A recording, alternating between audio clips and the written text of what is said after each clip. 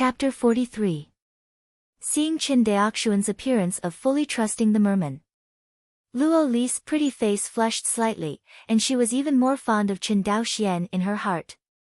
Thinking that he had misunderstood Qin Daoxian, Luo Li was a little shy, and said, "Human cultivator, I have known each other for so long, but I still don't know your name." These words made Qin Daoxian stunned. Didn't he tell him his name? "My surname is Qin and my name is Daoxian. Miss Luo calls me by my name." Qin Daoxian arched his hands. "Okay." Luo Li took a deep look at Qin Daoxian, turned over and jumped into the sea, followed by the rest of the mermen. "Qin Daoxian, I remember your name." It wasn't until all the mermen disappeared that this soft voice sounded in Qin Daoxuan's ears. Divine consciousness swept around and found that the mere people were really gone.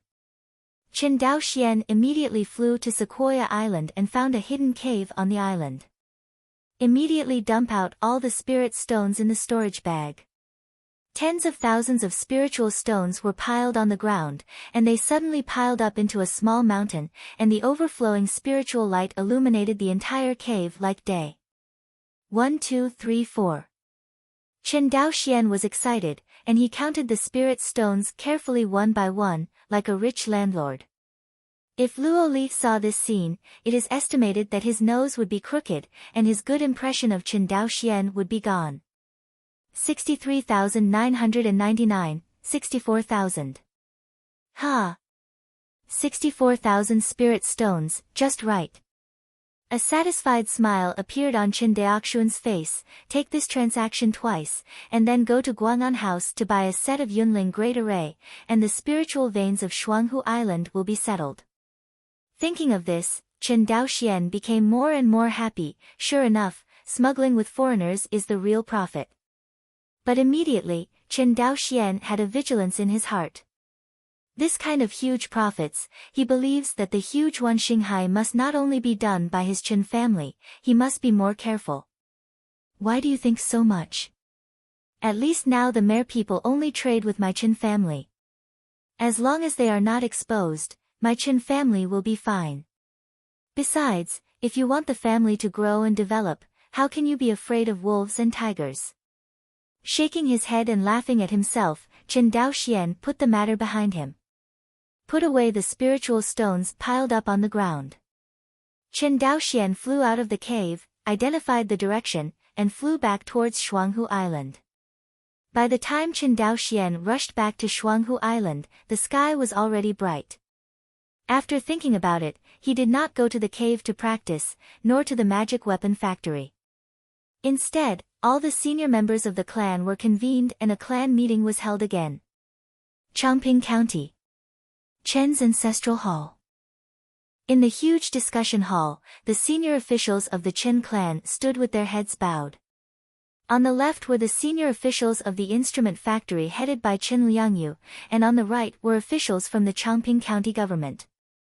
Qin Daoxuan's eyes swept over Qin Liangyu, and finally fell on Qin Ji, the magistrate of Chongping County, who was first on the right. "Qin County Magistrate, have you completed the investigation of the details of the population within the clan that I ordered you to investigate?"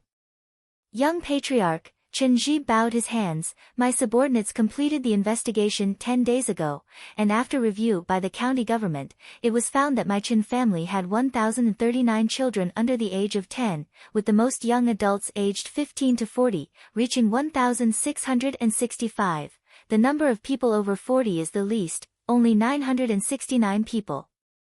Among them, there are 914 adult males and 751 adult females in the family, and the population in the county." Qin Ji skillfully reported the family population data again. The results of this population review are generally the same as the data submitted by the county government 10 days ago. It proves that Qin Ji did not slack off during this period of time, and he investigated all the details of the population of the clan. In this population data, Qin Daoxian is most interested in the adult population and children under the age of 10. In this world, men and women are generally married at a younger age. Women usually get married around the age of 13 or 14, while men get married a little later, but generally no more than 15 years old. The Qin family has not been able to grow and develop on Shuanghu Island for so many years. On the one hand, the cultivation resources are insufficient, and they have not been able to produce enough monks to protect the clan. On the other hand, the family industry is poor and cannot support the huge family population. With a population of tens of millions like the Zhou family in Guang'an, a small family like the Qin family would never dare to imagine. After all, the mortals of the family also consume various resources. Food, clothing, housing, and transportation all consume resources. Although cultivators disliked these resources, they were also important resources that affected the foundation of the family, because they determined the population size of a family. For example, the basic condition for maintaining population size, food. Chen Daoxian didn't know how many spiritual veins the Zhou family had, but everyone in Guang'an Prefecture knew that the Zhou family had hundreds of islands just used to grow ordinary food. Not to mention the cargo ships coming and going from Guang'an Prefecture, constantly providing food for the Zhou family. It is because of these foods that the Zhou family's ethnic group will continue to grow, so that the population of the clan has reached tens of millions. Chen Daoxian also wants to follow the Zhou family's development model, but he needs to make certain changes on this basis. If the Qin family wants to grow and develop, it is impossible to rely on the thousands of people on Shuanghu Island. All the senior members of the family are well aware of this. However, the family is in a difficult situation, and even the spiritual energy of the monks cannot be guaranteed. Blindly expanding the family population will only drag the family down completely. Chen Daoxian, who is a traveler, knows that if the population cannot be converted into productivity, it will only become a huge burden on the family, not a help. Fortunately, because of his existence, the Qin family has set off a little fairyland version of industrialization in the suburbs outside Chongqing County. There is no doubt about the demand for population from industrialization. Take the Feijian factory in the current industrial zone for example, although only 15 workers can run the Feijian factory. But the manpower required to surround this Feijian factory is far more than 15 people. For example, the person who purchases the raw materials of spiritual ore, the person responsible for managing the factory, and the person responsible for packaging the red shadow flying sword, that is, the workshop that produces the sword box. Chen Daoxian sells flying swords to cultivators, but it is not the same as selling them to the mermen, without even packaging. These all require large populations. And with the expansion of the Feijian factory in the future, the population demand will also increase. Therefore, the Qin family not only wants to expand the population, but also Chen Daoxian is not going to use the expanded population to grow food. However, food is also an important foundation for the family, and the Qin family cannot always rely on external purchases to maintain the family's food consumption. For this situation, Chen Daoxian already had a solution in mind. But for the Qin family, there are only two most important things. 1. Cultivate a spiritual vein. 2. Expand the size of the family population. Chen Daoxian planned to do these two things together. The matter of Lingmai has been settled very well. Now and even in the future, expanding the family population will be the basic policy of the Qin family. At least 300 years. The expansion of the Qin family's population will not stop. Think of this. Chen Daoxian looked at Qin Ji and said, Qin County Magistrate, the day after tomorrow, I will set off to Guang'an Prefecture to purchase supplies for the family. During the 2 months I have been away, I want your county to set up a family planning department, which will be dedicated to family planning. Responsible for encouraging and guiding the birth of the tribe. I set a goal for you, within 3 years, I want to expand the family population tenfold, heard. Chen Ji's complexion changed on the spot, and he looked puzzled, but the patriarch, the family has not many fertile women, and it has expanded tenfold, this. I know there are not enough women in the family right now, but it will be enough soon. Chen Daoxian said lightly. Chapter 44. Subordinates obey. Chen Ji led the order to retreat. He had already guessed in his heart what method the young patriarch would use to expand the female population in the clan. That's right, that is what almost all the cultivation forces in Wan Xinghai are doing, buying female slaves from Izumo. The Izumo War between Qianyuan Jianzong and Xian Yunsu lasted for 400 years. These 400 years. Whether they were monks, prisoners of war or mortals from Izumo, they were all sold to Wangxinghai in large numbers and became slaves to the major cultivation forces in Wangxinghai. The monks and prisoners of war in Izumo are better. If the enemy forces can afford the spirit stone, Qianyuan Jianzong allows the other party to redeem the prisoners of war by paying for the spirit stone. Izumo treated the prisoners of war of the Qianyuan sword sect in the same way. The war between the two sides has been fighting for so many years, and a set of secret and unannounced unspoken rules has long been formed. Everyone is fighting under this unspoken rule. Otherwise, if the two sides really don't follow any rules, then each other's high-level monks wantonly slaughter the enemy's low-level monks. This behavior is the most damaging to the enemy's forces and digs the enemy's foundation. But neither the Qianyuan sword sect nor the sect behind the Izumo kingdom chose this method. In Qin Daoxuan's view, high-level monks are a strategic force like nuclear weapons for any party's cultivation forces. And the war between Wan Xinghai and Izumo country consumes each other's heritage little by little. Relying on the 7 immortal cities established by Qianyuan Jianzong in Izumo, no, there are now 6 immortal cities, which are madly devouring the lives of monks on both sides every year. After so many years of war, the two sides are no longer able to stop saying that they can stop.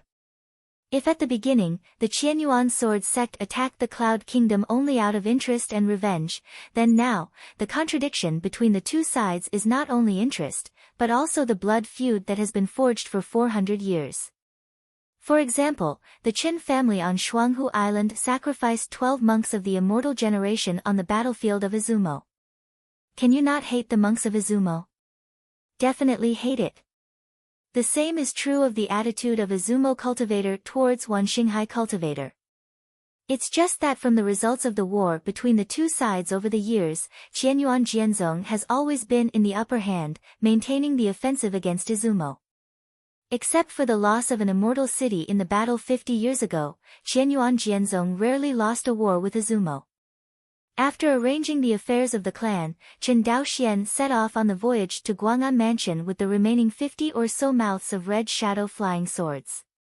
A month later, on the deck of the Canglong, call.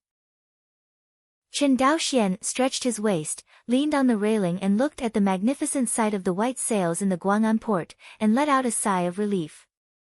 No matter how many times I watch it, I feel that this scene is extremely spectacular. Even from the perspective of Qin Daoxuan's previous life.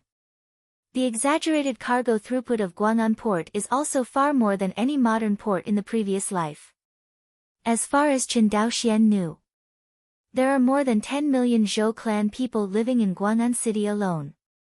You must know that this is not a modern city with high-rise buildings like in the previous life. Guang'an Fufu City does not have so many reinforced concrete buildings, which can increase the population density of the city. Guang'an Prefecture can accommodate so many people, and it is entirely a city circle that is far bigger than the previous Earth city. The second time I came to Guang'an, Chen Daoxian is familiar with the road. Soon, he settled down in the Fuqing Inn, where the mortals lived, to settle the clansmen brought by this trip. After settling the clan, Chen Daoxian walked alone towards the Sangxiafang city in the inner city of Guang'an Prefecture. Line up and enter the inner city. A series of processes have come down, and it is approaching evening. Chen Daoxian didn't dare to delay, he summoned a cloud-traversing beast car and headed towards the Hongyin Feijian shop in Sangxiafang City. After a stick of incense, Chen Daoxian got out of the car. After getting out of the car, he seemed a little unable to believe the scene in front of him. At this moment, the Hongyin Feijian shop is surrounded by the scattered cultivators and small family cultivators who are entrenched in the scattered cultivator market.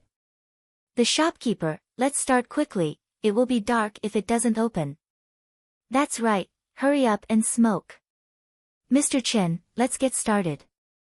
I've been here for more than a month, and I haven't won the lottery once. I don't believe that my luck is so bad, I can't win the lottery once. What is this, fellow Taoist, waiting here for the next 3 months? Chen Daoxian stood outside the crowd, listening to everyone's chattering voices, and then looking at the Hongyin Feijian shop surrounded by the crowd, and finally inquired about the ins and outs of the matter. It turned out that the dozens of first-order low-grade and first-grade middle-grade flying swords in the Hongyin Feijian store were completely popular in the vicinity shortly after the first day of sale. Chen Daoxian was mentally prepared for the flying swords in the Hongyin Feijian store. After all, he has done sufficient market research before opening the store. The quality of the magic instruments in other magic weapon shops simply cannot compete with the Hongyin Feijian shop. If his Chen family's flying sword could not be sold, there would be a ghost. But Chen Daoxian would never have imagined that the Hongyin Feijian shop could set off such a big momentum in Sangxiafang City. Because after all, he only left less than 40 flying swords to Chen Xianhe. According to the degree of popularity Chen Daoxian saw, it should have been sold out long ago. How can there be a current scene? The reason why the Hongyin Feijian store is so popular is that Chen Xianhe played a hand in hunger marketing. On the first day after the opening of the Hongyin Feijian store, Chen Xianhe realized that the Chen family's Feijian would sell out. But he knew better that the inventory in the Hongyin Feijian store simply couldn't satisfy the huge market of the Sanctuary Square city. To know. There are hundreds of thousands of cultivators in the sanctuary city of Guang'an Prefecture alone, not to mention the crowds that come and go every day. According to the Zhou family's statistics, the number of cultivators in Guang'an Prefecture added up to more than 500,000 people every day. This shows the prosperity of Guang'an Prefecture. In such a huge market, the inventory of Hongyin Feijian store cannot even be turned over by a single wave. It's impossible for Chen Xianhe to sell out Feijian on the first day, and it will be closed for the remaining months, right? Then, the witty Chen Xianhe thought of a way to draw a lottery. When the Hongyin Feijian store first opened, he drew a lucky customer every day to get a chance to buy the Hongyin Feijian store at the normal market price. Chen Daoxian left a total of 23 first-order low-grade artifacts and 11 first-order middle-grade artifacts. At this rate, the Hongyin Feijian store would have to close for more than a month at most. The helpless Chen Xianhe could only continue to lengthen the interval between each draw. Up to now, Chen Xianhe has basically drawn prizes once a week, and finally waited until Chen Daoxian came to replenish the stock. Chen Xianhe glanced at the crowd, and when he was about to draw the lottery, he swept across Chen Daoxian in the crowd, and his face suddenly filled with excitement. Chen Daoxian found that although he hadn't seen each other for a few months, Uncle 13 looked better than in the family. Also, without those troubles in the family, plus the booming business of the Hongyin Feijian shop, Chen Xian's complexion is not good enough. Manager Chen, hurry up and draw the lottery. Everyone is waiting. Yeah, let's draw the lottery, I've been waiting for a week. Hurry up. In the urging of everyone, Chen Xianhe took out a specially made note from a black stone box. Chen Xianhe glanced at the note and said, "Congratulations to the customer whose serial number is Jieqi, who won a chance to buy Feijian in our store. I am me, it is me." Ha! A short man with a face full of flesh squeezed out from the crowd, waving a note exactly like Chen Xianhe in his hand, exclaiming in ecstasy. Chapter 45, Into the Night. Hongyin Feijian Shop. In front of the tea table. Chen Xianhe made Chen Daoxian a cup of spiritual tea, looked him up and down, and said with a smile, "Is everything in the family okay?" "All good." Taking the amber teacup handed over by Chen Xianhe, Chen Daoxian nodded. After the conversation changed, Chen Daoxian smiled and said, "By the way, Uncle 13, how did you come up with the idea of selling Feijian in this way?" "Hear this." Chen Xianhe immediately blew his beard and stared, and said angrily, "It's not your kid's fault. After speaking, he couldn't help laughing first. The flying sword you made is of high quality, and there is no other company in the whole city that can compare with it. But the number is too small, not enough for those loose cultivators. Speaking of this, Qin Xianhe shook his head regretfully. By the way, how many flying swords did you bring this time? Seemingly thinking of something, Qin Xianhe looked at Qin Daoxian expectantly and asked. Hearing this, Qin Daoxian smiled slightly, and immediately took out 55 flying swords from the storage bag. The flying swords produced by the family during this period are all here. Qin Daoxian pointed to the neat pile of sword boxes on the ground. See. Qin Xianhe stepped forward, opened the sword boxes one by one, and carefully checked the flying swords in the sword box. Okay. This flying sword has 3 feet of sword light, the body of the sword has a flowing light, and the texture is excellent. This one is also good. Seeing Uncle 13 excited like a child, Qin Daoxian was also very happy. Check it out. Qin Xianhe raised his head and said, but, why is there so little Feijian? I remember that we bought more than 3,000 spirit stones at the beginning. In addition to the ore reserves in the family, it should be more than refining this Feijian. Yes? Hear this. Qin Daoxian stood up quietly. He walked to the door of the store, checked the closed door, and then set up a soundproof formation before returning to his seat and said with a serious face, Uncle 13, this is a long story, then. Qin Daoxian will talk about a series of things such as encountering the merman on the way back to Shuanghu Island last time, and reaching a cooperation with the merman. Listen to Qin Daoxian's story. Qin Ziyan's mouth opened wider and wider. He did not expect that the family had undergone so many changes in just 3 months. Not only did he reach a cooperation with the merman tribe, but he also found a fairy seedling in the tribe. When he heard that Qin Daoxian found a fairy seedling in the clan, Qin Xianhe couldn't help sighing. With the probability of mortals giving birth to spiritual root monks, there are dozens of fairy seedlings hidden in our Qin family. It's a pity that I haven't been able to detect the spiritual root qualifications of the young children of my family in these years. I am completely afraid that after detecting the immortal seedlings, I will not be able to cultivate them, which will only increase the pain. Having been the acting patriarch for such a long time, Qin Daoxian could not be more clear about the worries in Qin Ziyan's mouth. It is true that the Qin family is completely able to select all the immortal seedlings in the clan and guide them on the path of cultivation. But then what? The Qin family has only one spiritual eye, which is only enough for Qin Daoxian to practice alone. Qin Xianhe even gave up his path for him. But can the other monks in the Qin family give up their practice for Qin Daoxian? Obviously not possible. After all, Qin Daoxian has the same identity as them, so why should they make sacrifices? As a result, the cultivators of the Qin family, who are short of spiritual energy resources, will inevitably fight infighting, or even split. As for going to the battlefield of Izumo to fight for a way out, it is obvious that this road will not work either. The cultivator on the first floor of Qi refining, the Qianyuan sword sect, would not even accept it. At that time, Qin Xianhe still relied on the military exploits of the cultivators of the Qin family Xian generation in the army to open the back door for Qin Xianhe to go to the battlefield.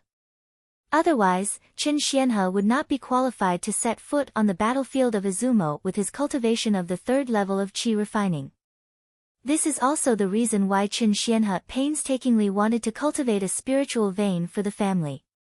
Seeing the immortal seedlings of the family unable to practice because of lack of spiritual energy, this kind of pain is indescribable. Actually from the heart. Qin Daoxian did not quite agree with the way Qin Xianhe managed the family. He thought that Qin Xianhe had put the cart before the horse. In Qin Daoxian's eyes, family monks or clan talents are the most important foundation of a family. In fact, the Qin family can completely select all immortal seedlings and guide them on the path of cultivation. Even if these cultivators are only at the 1st level of Qi refining, the Qin family can let them open up a deserted island in the sea near Shuanghu Island. The Qin family only needs to take out the spiritual stones in the clan library and buy slaves to open up deserted islands for farming, which is definitely better than waiting for death with the spirit stones in the clan library. In this way, only after several generations of hard work, the Qin family will surely slowly get out of the predicament. Unlike when Qin Xianhe held it, the family looked lifeless. From this point of view, Qin Xianhe, the head of the Qin family, was not qualified. Actually helpless. After all, Qin Xianhe was not the real patriarch of the Qin clan back then. The reason why he became the patriarch was entirely a helpless move after the family cultivator died in battle and was ordered in danger. Seeing that the smile on Qin Ziyan's face slowly disappeared, it became bitter again. Qin Daoxian quietly handed over a storage bag. This is... Qin Xianhe glanced at Qin Daoxian suspiciously.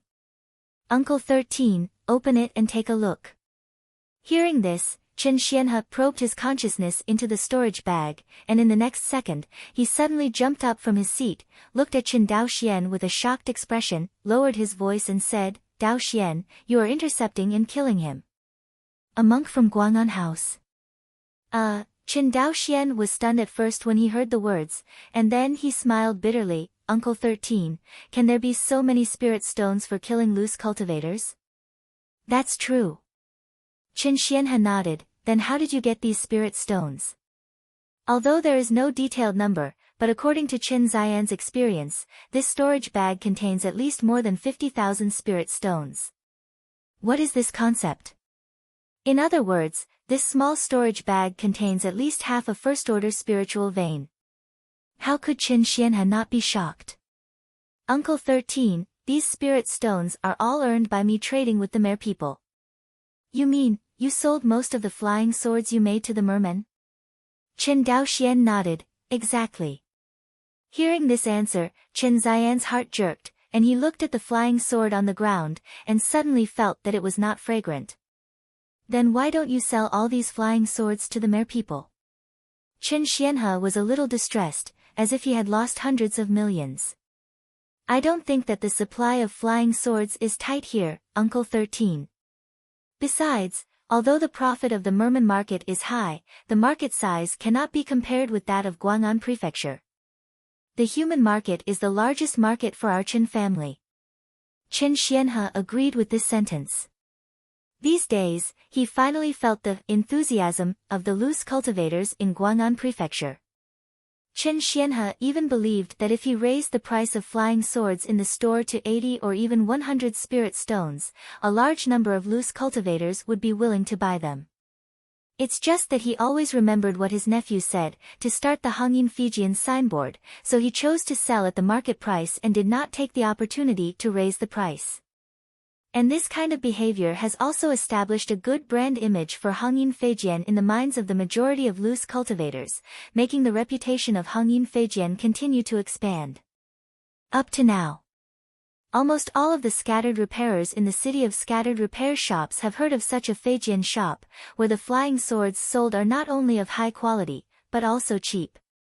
The only downside is that the supply is insufficient and it is very difficult to buy. But this shortcoming is completely understandable in the eyes of loose cultivators. Because the loose cultivators all know that it is not easy for an artifact refiner to refine flying swords, and they must be refined one by one, so no one takes the opportunity to cause trouble. After all, it is a good thing for all scattered cultivators to have such an affordable magic weapon shop in the city of scattered cultivators. Chapter 46. Uncle 13, Qin Daoxian pondered for a moment and said, in addition to purchasing enough spirit mines for the Fijian factory, I have one more important thing to do. You mean?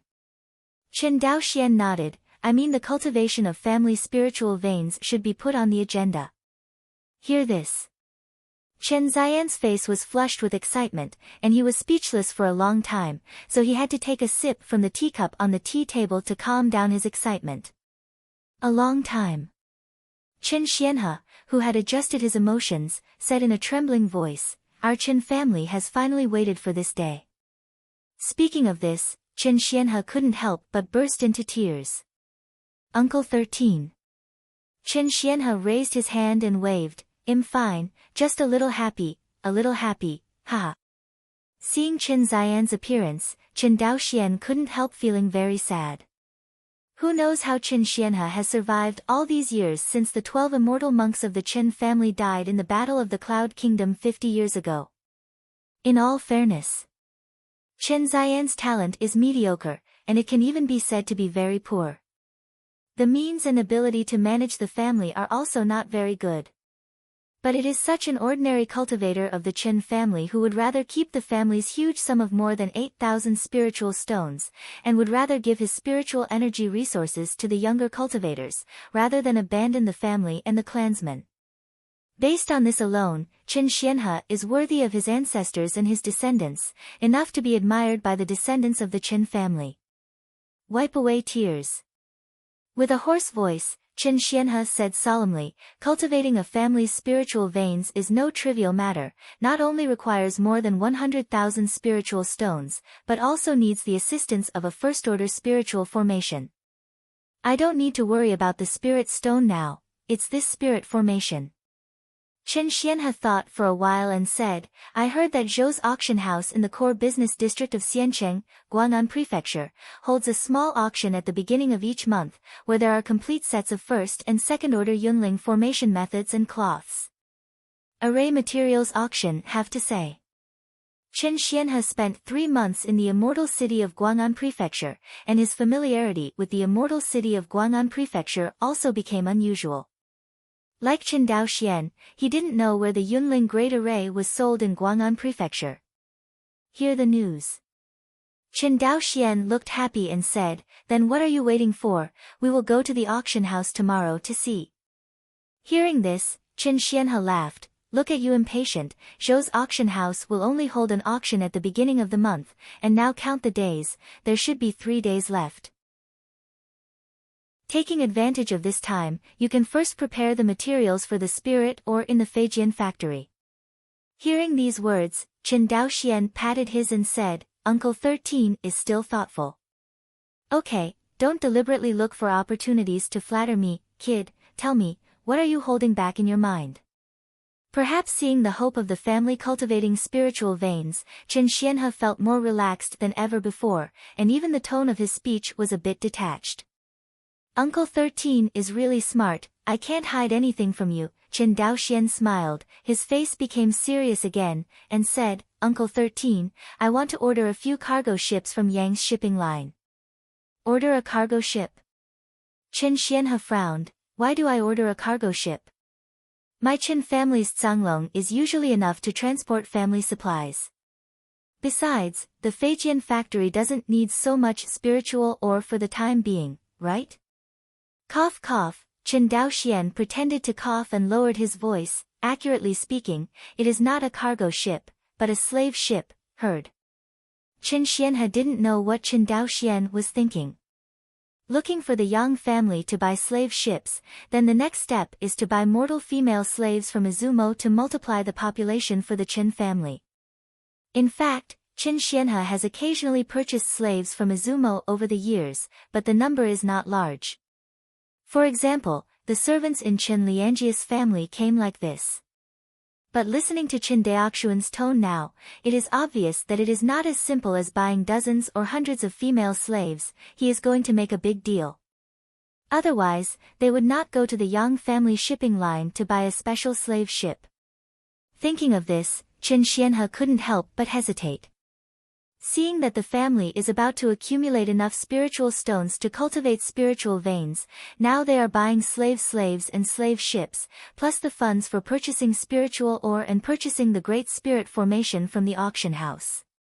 Although there are many tens of thousands of spirit stones in the storage bag, they can't stand it. Seeing Chen Xian's hesitant expression, Chen Daoxian couldn't help but straighten his face, and said, Uncle 13, you can't keep your word. Chen Xianhe was stunned by Chen Daoxuan's question, and looked up and said, how come I can't believe my words? You forgot. You promised me before that as long as my Chen family earns 3,000 spirit stones a year, you promised me to let me let go of cultivating the descendants of the Chen family. How can I say nothing now? Hearing this, Qin Xianhe almost spat out a mouthful of old blood. He promised Qin Daoxian that he would consider cultivating the descendants of the Qin family as long as the family's annual income reached 3,000 spirit stones, but he did not expect that Qin Daoxian would be trained in such a way.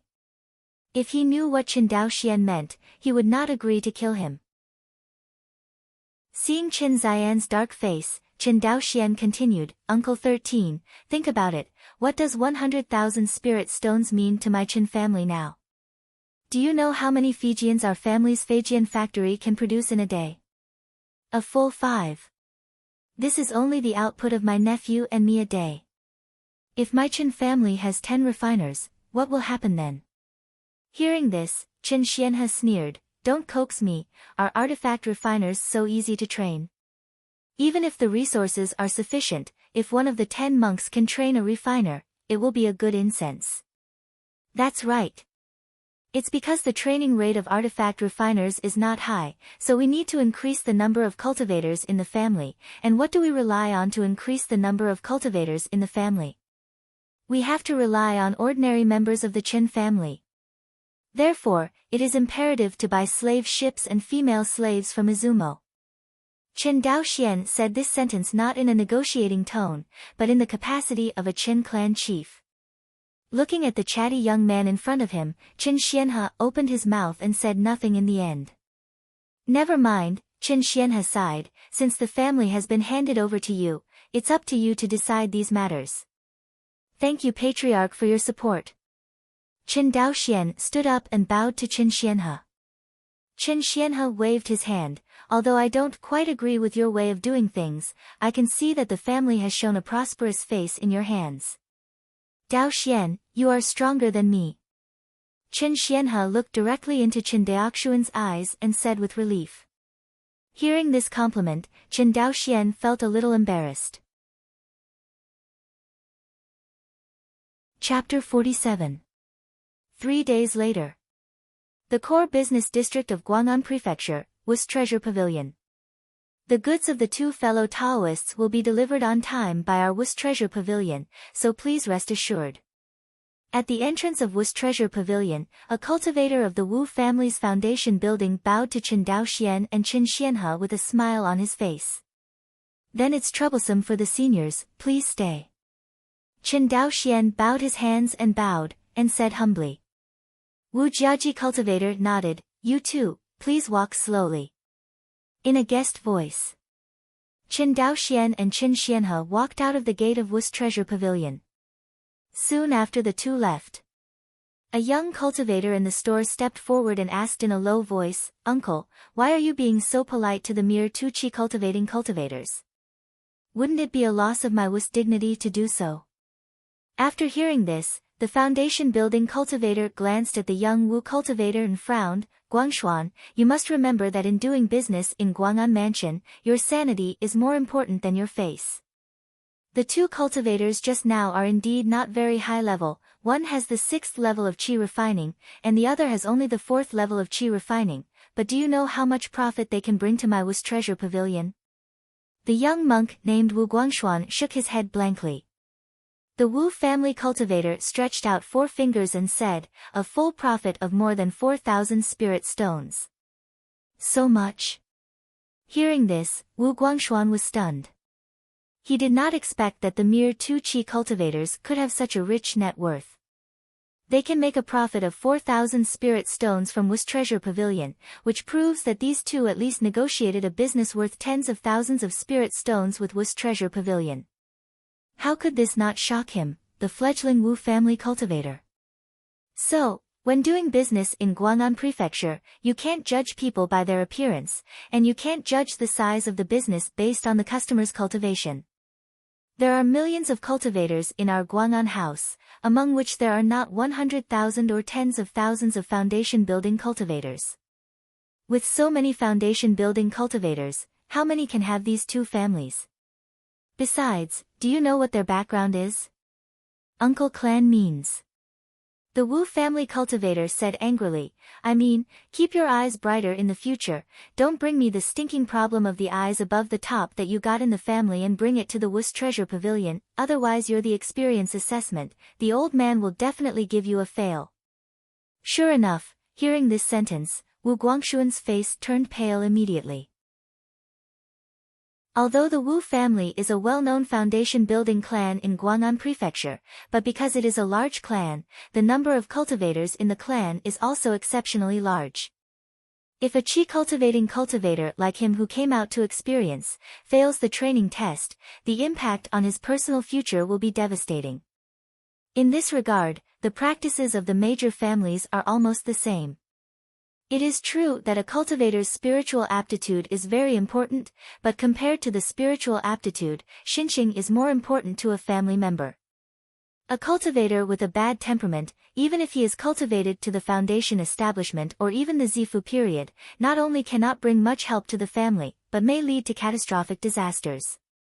In this regard, there are countless examples of mischievous family children who have caused trouble for the family due to their poor temperament and troubles. Therefore, the longer the family has inherited, the more emphasis is placed on cultivating the character of the family's children. When it comes to cultivating the character of the family's children, whether it's the Yang family or the Wu family, or even the Zhou family with inflated self-confidence, they have done a good job. Walk out of Wu's treasure pavilion. Chen Daoxian and the two walked in the bustling core business district, chatting while walking. How long do you plan to stay in Guang'an Mansion? Chen Xianhe asked casually. After pondering for a moment, Chen Daoxian smiled and said, it will take some time before the slave ship ordered from the Yang family will arrive, and in addition to the need to choose a wife for the clan, why should I stay for 10 days and a half months?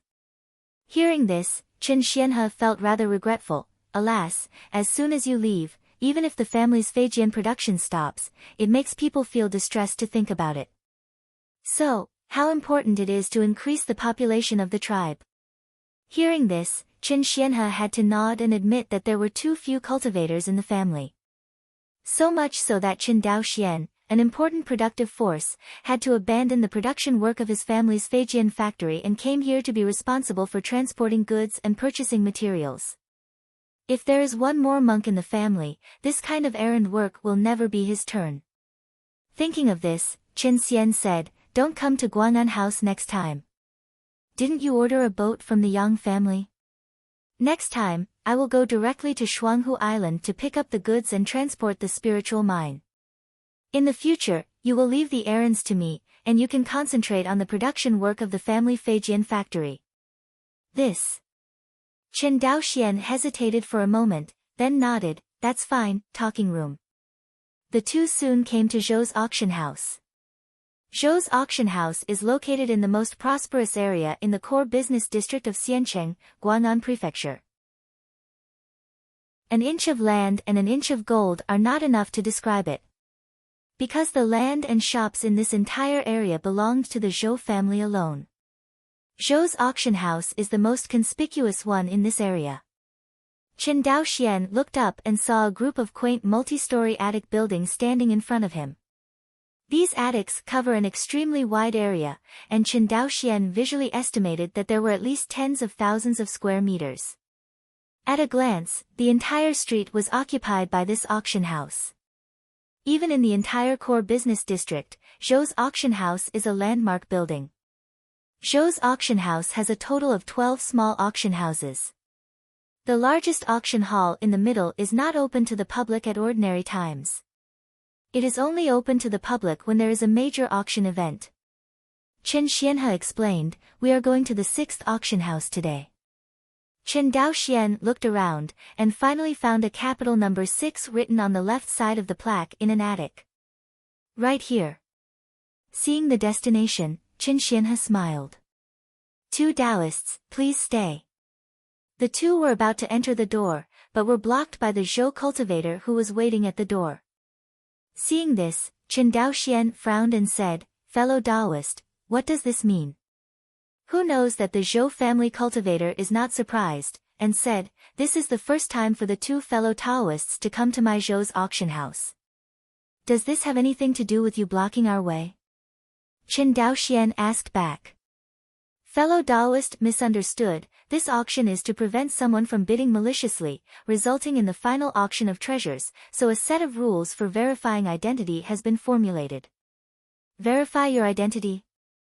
The two looked at each other, and Chen Daoxian asked curiously, I don't know what is the way to verify your identity.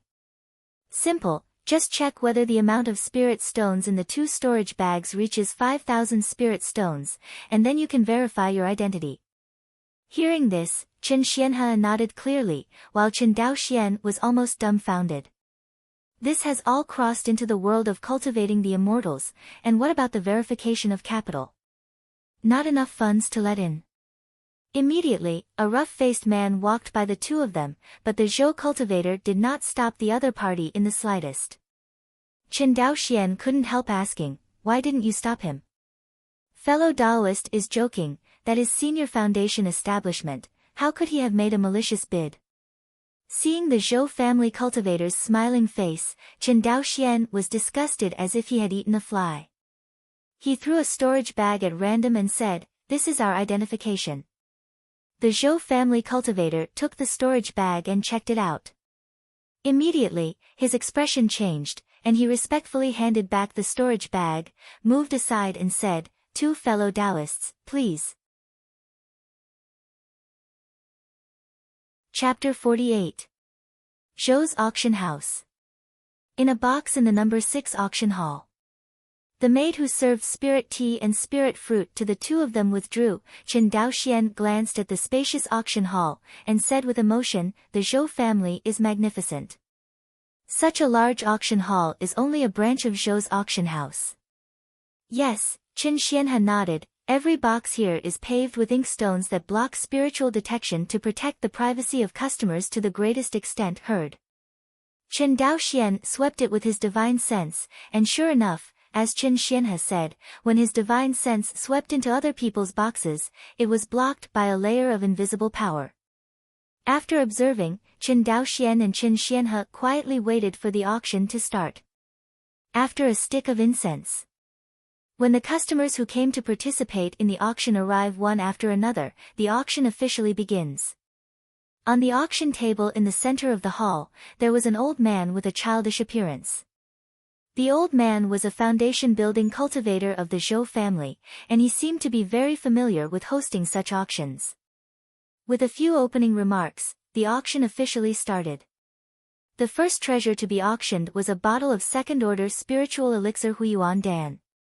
After taking it, it could help the cultivator restore 30% of his true essence, but only one pill could be taken within a month. Otherwise, if it is taken continuously in a short period of time, the erysipelas will cause irreversible wounds to the body of the monk. The old man introduced, everyone knows the characteristics of Huiyuan Dan, so I won't say more. There are 10 Huiyuan Dan in a bottle. The starting price is 2,000 spirit stones, and the price must not be lower than 100 spirit stones each time. The voice just fell. In the box, I remembered the sound of bidding. 2,100 spirit stones. 2,300 spirit stones. The price of a bottle of Huiyuan Dan was higher and higher, and finally 2,500 spirit stones were sold. Silently listening to the final transaction price of the medicinal pill, Chen Daoxian couldn't help but sigh, the market price of Huiyuan Dan is only 200 spirit stones. After his auction, the price has increased by 25%. The Zhou family is really good at it. Do business. Chen Xianhe shook his head, compared with the magic weapon market, medicinal pills are more in short supply. It is common to buy at a premium, and a 25% premium is not too much of a loss. Next, one treasure after another was sold by the auction house. There was no vicious auction during this period. In fact, it is normal to think about it. Zhou's auction house held an auction every other month, and the treasures auctioned were actually publicized in this month's time. Those who come to the auction have clear goals, and they already have a psychological price for the target they shoot. Unless someone fancy the same treasure. Otherwise, even auctions rarely occur, and they are basically obtained at a price that is less than 20% to 30% higher than the auction reserve price. After all, no one's spirit stone was blown by the wind, and the behavior of mindless bidding will only appear in a small talk book. Everyone knows that spiritual veins are hard to find, but cultivators must have aura in their cultivation. The items to be auctioned next are the first-order spirit formation techniques and materials for cultivating the spiritual veins. The starting price is 1,000 spirit stones. Each edition shall not be less than 100 spirit stones. When the target appeared, Qin Daoxian and the two in the box were immediately excited. 1,100 spirit stones. Qin Daoxian made a bid. 1,200 spirit stones. In another box, there was a bidding sound. 200 spirit stones at a time. 1,500 spirit stones. Qin Daoxian immediately raised the price of the spirit stones to 1,500 spirit stones, which was a full 50% increase over the auction price. This bid immediately caused a lot of discussion in the box. 1,500 spirit stones, just to buy a grand formation. The foundation building cultivator in the box next to Qin Daoxian shook his head. It's really too much money to burn, really. Qin Daoxian's rapid price increase directly frightened the opponent who dared to bid with him, and the first-order Yunling formation officially fell into his hands. After buying the Yunling Great Array, Qin Daoxian and Qin Xianhe immediately relaxed. For them, the goal has been achieved, and the rest is to watch the fun. Soon. The auction is halfway through. At this time, the old man coughed and introduced rather embarrassedly, this treasure auctioned below is a cultivation technique that flourished in ancient times. The old man paused. Ancient practice? Qin Daoxian was immediately aroused by curiosity.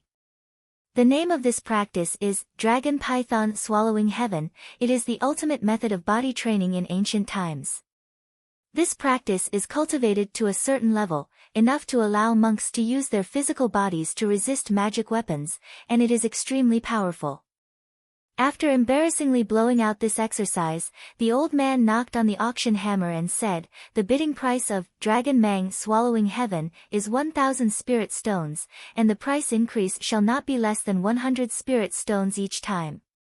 However, this time, a rare cold scene at the auction site. No one bid, but all looked at the Zhou family foundation cultivator with interest. The old man waited for a long time and saw that no one had bid, so he could only embarrassedly said, since all fellow Taoists dislike this practice, then 1,000 spirit stones. Okay, there is a Taoist friend bidding for 1,000 spirit stones, is there anyone else bidding? Looking around, seeing no answer, the old man said decisively, congratulations to the guests in box number 7, who have obtained the ancient body training exercise, Dragon Python Swallowing Heaven. Snapped. The auction hammer falls and the deal is finalized. In box 7. Qin Xianhe looked at Qin Daoxian speechlessly, and said, why are you buying this? What's the matter? Is it difficult to practice body exercises? Qin Daoxian wondered. Cultivation is not difficult, Qin Xianhe pondered for a moment. Do you know why this popular body training method has gradually been abandoned by our cultivator group? Why? Qin Daoxian was also very curious. It stands to reason that such a top-level body training method should not sit on the bench, but the reality is that everyone is showing little interest in this body training method. This is obviously not common sense. Because it's too resource-intensive to practice body refinement exercises. Qin Xianhe shook his head. Someone has calculated in detail that a cultivator who practices physical exercises at the same time consumes more than 10 times the resources of a normal cultivator of the same rank. So many resources are enough for you to buy 10 top-notch defensive instruments, so why bother to spend time and effort in cultivating physical exercises? I see. Hearing this, Qin Daoxian didn't care much, because he knew that the Qin family would lack everything in the future, and the only thing they didn't lack might be cultivation resources. No one knows better than him that once industrial production is realized, resources will flow to their Qin family like a tide. At that time, what the Qin family lacks is not resources, but how to convert resources into strength. Qin Daoxian felt that it was not a loss for 1,000 spiritual stones to buy a top-notch body refining method that could enhance the strength of the tribe in the future. Bought 2 items. Qin Daoxian already felt that the trip was complete, and he didn't plan to make any more bids to buy things, just waiting for the auction to end. After half an hour. The auction is coming to an end. As the final treasure, the Zhou family also took out a treasure that is unique to them, the water spirit bead. And it is not an ordinary first-order water spirit bead, but a second-order water spirit bead. The last item to be auctioned is the second-order water spirit bead, a treasure that my Zhou clan abounded in.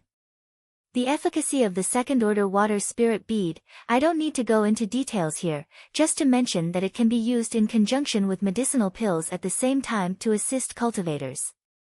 Practice. Sure enough, the words of the old man of the Zhou family completely ignited the atmosphere of the scene. Even Qin Daoxuan's eyes became hot when he saw the second-order water spirit beads. Qin Daoxian couldn't understand how strong the effect of this thing was. He was able to cultivate from the 3rd level of qi refining to the 4th level of qi refining so quickly, and Shui Lingzhu was indispensable. What's more, the 10 water spirit beads photographed by Zhou's family are still second-order water spirit beads, and their effect is stronger than that of first-order second-order water spirit beads. A total of 10 second-order water spirit beads, the auction price is 10,000 spirit stones, and each increase must not be less than 1,000 spirit stones, please bid. The old man Zhou smiled. The fact that Zhou's auction house is so popular is also related to the fact that they often end up auctioning water spirit beads. Well known. In the Wangxinghai Sea area, only the Zhou family in Guang'an Prefecture can sell water spirit beads. Other families also wanted to learn from the Zhou family to capture mermen, but they simply didn't have the Zhou family's unique way of capturing them. Chapter 49. Just when everyone was gearing up. In the number 1 box of the auction hall, a sinister voice sounded. The disciples of the Yi family in Xiaozhangzhou, I would like to ask all of you to show some respect. My Yi family would like to thank you all here. The voice just fell. The auction hall suddenly became audible. In box 7. Qin Daoxian only felt that a strange atmosphere was brewing in the auction hall, and the fiery atmosphere that was just harmonious was no longer at all. On the auction table. Hearing this, the old man of the Zhou family suddenly turned gloomy, but he seemed to be afraid, as if he dared to be angry and did not dare to speak. Seeing that everyone didn't speak, the voice in box number 1 rang again. In this case, Yi Mao would like to thank you all for your love. The Yi family cultivator cupped his hands proudly and said proudly, 10,000 spirit stones. The old man of the Zhou family on the auction platform had an ugly face, but because of the rules, he still said solemnly, the guest in box number 1 bid 10,000 spirit stones, is there anyone who has bid higher? He asked several times in a row, but no one answered. Seeing the Zhou family's constant inquiries, the Yi family cultivator in the number 1 box became impatient and urged, fellow Taoist Zhou, please hurry up, didn't you see that everyone gave up bidding? The old man of the Zhou family ignored him and continued to inquire there. This time, the face of the cultivator of the Yi family's foundation turned completely ugly. He wanted to attack, but he seemed to take into account that this was the Zhou family's territory, so he had to endure his unhappiness. In box 7. Qin Daoxian suddenly heard a rapid gasp beside him. He turned around, and saw the 13th uncle Qin Xianhe with a grim expression on his face. Uncle 13, what's wrong with you? Qin Daoxian said with concern. Yi family. Yi family. Qin Xianhe groaned in pain, like a madman. Qin Daoxian had never seen Uncle 13 who was always amiable in front of him, showing such great killing intent. He seemed to understand something, turned his head to look in the direction of box 1, and said solemnly, "My Chen family has a grudge against the Zhangzhou Yi family?" "Have a grudge?" A sea of hatred. Chen Ziyan's eyes were red, his eyes were cracked, and he gritted his teeth. Hearing this, Chen Daoxian made a decision in his heart. Just when he was about to make a bid, a rough voice resounded in box number 6 next to him. "Wait a minute, who said no one has bid?" Lao Tzu bid 11,000 spirit stones. Hearing these arrogant and domineering words, the stagnant atmosphere in the auction hall was completely broken. 12,001 spirit stones.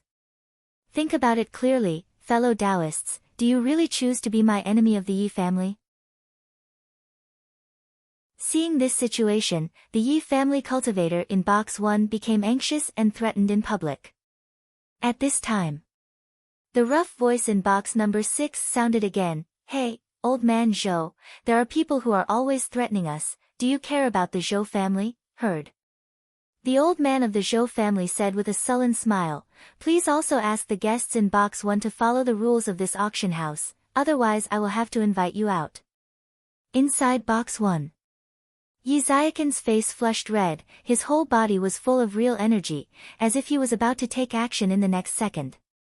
As the largest immortal family in Zhangzhou, when has the Yi family been so humiliated by others? But thinking that this is Guang'an Mansion, and thinking of the embarrassing situation of the Yi family over the years, Yi Xiuqin had to endure it. 13,000 spirit stones. According to the auction rules, he set a price that made him extremely painful. 14,001 spirit stones. You. Hearing the disgusting sound of bidding in box number 6, Yi Xiuqin couldn't bear it any longer. He stood up suddenly, and the power belonging to the Foundation establishment cultivator exploded. Affected by this power, Chen Daoxian, who was sitting in box number 7, only felt a huge sense of panic rising from the bottom of his heart. How is this possible? Chen Daoxian was a little unbelievable. He knew that his strength was far from being the opponent of the base-building cultivator, but he did not expect that he could not even bear the aura of the base-building cultivator. This is too exaggerated. Chen Daoxian admitted that although his cultivation was only at the 4th level of qi refining, his strength was definitely not weak among qi refining cultivators, and could even be regarded as the top level. The first-order high-grade magic weapon, the flying snow sword, the wind-chasing sword art of the perfect realm, and the rain-covering sword art of the Deshang realm. As far as explosive power is concerned, Chen Daoxian definitely belongs to the top level among the cultivators in the qi refining period. The only shortcoming is that it is not durable enough. Even so, he couldn't even hold the momentum of the Foundation establishment cultivator, let alone the two confrontation. Chen Daoxian reckoned that if the two really fought, the Foundation establishment cultivator would likely kill him with a single sword. He thought that he had just wanted to intervene in the competition for the Foundation building cultivators, and he couldn't help but feel a little scared. No matter how safe Guang'an Mansion is, if this cultivator of the Yi family becomes angry and kills him on the spot, will the Zhou family kill this cultivator of the Yi family foundation for his little Chen family cultivator? Probably not. After all, the Yi family was the largest immortal cultivating family in Zhangzhou, and the ancestor of the family was a genuine Jindan cultivator. How dare the Zhou family provoke such a great enemy for him? In the end, the Zhou family suppressed the matter and pretended that nothing happened. As for the life and death of his little Chen family cultivator, who would care? Thinking of this, Chen Daoxian couldn't help but feel a chill. Although he didn't know the enmity between the Chen family and the Yi family, he thought it had something to do with the 12 cultivators of the Xianzi generation who died in battle 50 years ago. Thoughts flipping. The scene suddenly changed again. What? Is this the character of the Yi family cultivator? Can't afford the price and want to force it? Inside box number 6, a rough voice sounded again, and this voice was accompanied by a more terrifying aura than Yi Xiuqin. Little brat of the Yi family, others are afraid of your Yi family, but I am not afraid of Lei Zhen. 7th floor cultivator of Foundation building. It's actually a late foundation building cultivator. The auction hall suddenly became a mess as the two of them rattled their swords. Yi Xiuqin felt the other party's cultivation in the late stage of foundation establishment, and panic flashed in his eyes. But thinking that this is Wan Xinghai, the Guang'an mansion of the Zhou family, not the chaotic battlefield of Izumo. Yi Xiuqin let go of his heart slightly, and he said sternly, "Humph. No wonder the cultivators of the Yun country call me Cultivator Wan Xinghai, an overseas cultivator. It's really vulgar." As everyone knows, this map canon completely angered the base-building cultivators present. Qin Daoxian found that even one or two qi refining cultivators joined the bidding. Things have now turned into a complete farce. Yi Xiuqin knew in his heart that he would not be able to buy the water spirit beads of the Zhou family today no matter what. Humph. My Yi family has learned how to treat guests in Guang'an Mansion today. I, Yi Xiuqin, keep this humiliation in my heart. After speaking, he threw his hands and walked away. Seeing the Yi family cultivator leave, everyone cheered like a triumphant soldier. Go away. What Yi family cultivator? The trash who fled in fear of the battle, dare to come to my Guang'an mansion to be savage. Hearing the accusations of the many foundation-building cultivators in the auction hall, Yi Xiuqin's face was blue and he didn't say a word. Chapter 50. With the end of the auction, Qin Daoxian and the two left the auction house together. Along the way, Qin Xianhe was depressed and said nothing. Qin Daoxian, who didn't know what to do, was not good at comforting him, so he had to stay by his side quietly. Wait until the cloud-treading beasts and beasts drive to the front of the Hongyin Feijian store. Qin Daoxian reminded softly, Uncle 13, we are here. Oh, are you here yet? Just went to the auction house. Qin Xianhe looked a lot older, and there was a hint of twilight in his eyes. For 3 days in a row, Qin Xianhe, who was in a low mood, recovered. Daoxuan, I've worried you these past few days. Inside the store, Qin Xianhe smiled reluctantly at Qin Daoxian and said.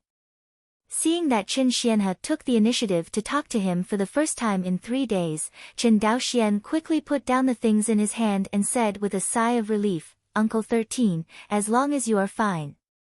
Hearing this, Qin Xianhe nodded. Just as he was helping Qin Daoxian sort out the things in the store, Qin Daoxian said calmly, Uncle 13, how could my Qin family have a grudge against the Yi family in Sangzhou City? It stands to reason that the Yi family is the largest family in Sangzhou, and the ancestor Yi Wudao is a well-known Jindan cultivator. Such an extremely powerful Xiuxian family, even the Zhou family dare not provoke it. How could it be enmity with the Chen family on the small Shuanghu island? Hearing this, Qin Xianhe became a little excited again. He took a deep breath, slowly calmed down, and said in a low voice, you should have heard about the relationship between Wan Xinghai and Izumo 50 years ago. Battle of Zhenengguan, right? As a Zhangzhou cultivator, Qin Daoxian had never heard of the famous Zhenengguan battle. But at this time, listening to Qin Xian's meaning, this battle seems to have another hidden meaning. As one of the 7 immortal cities established by Jianzong of Qianyuan in Izumo, Zhenengguan has always played a role in guarding the southern front of Izumo. But just 50 years ago, this famous immortal city was lost due to a defeat in the war. I have to say that this is a huge blow to the Qianyuan sword sect and the Wan Xinghai cultivator who have been making great progress for 400 years. Because of this, Sangzhou cultivators, who were the main guarding force, were often stabbed in the spine by cultivators from other states when they walked in the Wangxinghai Sea. When Qin Daoxian recounted the Battle of Zhenengguan, he knew. Qin Xianhe let out a sneer. What nonsense! Qin Xian's face was sarcastic. All you know is all propaganda by Qianyuan Jianzong. The real Zhenengguan battle is not what you said at all, because... Qin Xianhe paused. Because 50 years ago, this old man was a sergeant guarding Zhenengguan. Speaking of this, the pain in Qin Xian's eyes flashed away. Back then, the Xianqing Taoist League formed by the Xianyang sect and the Qinghui Taoist sect dispatched an army of monks to surprise Zhenengguan. The other party dispatched a total of nearly 1 million monks of all ranks, and under the leadership of 5 Jindan real people, they launched an attack on Jinan Xiancheng. At that time, there was only one Jindan cultivator sitting in the town of Nanxian City, the ancestor of the Yi family, Yi Wudao. Speaking of the name Yi Wudao, Qin Xianhe became excited again. After a long while, he continued to speak. Even if the enemy has 5 Jindan real people and an army of 1 million cultivators, there are also an army of more than 1 million cultivators in Nanxian City in my town. When the reinforcements arrive, there is no problem at all. Speaking of this, Chen Xian's voice became painful again, but Yi Wudao, who is greedy for life and fear of death, actually feared the power of the enemy's 5 Jindan real people, abandoned the city and fled. Did you know? He actually used his escape cards to abandon Jinan Xiancheng in full view of the public. Hearing this, Qin Daoxuan's fist clenched involuntarily.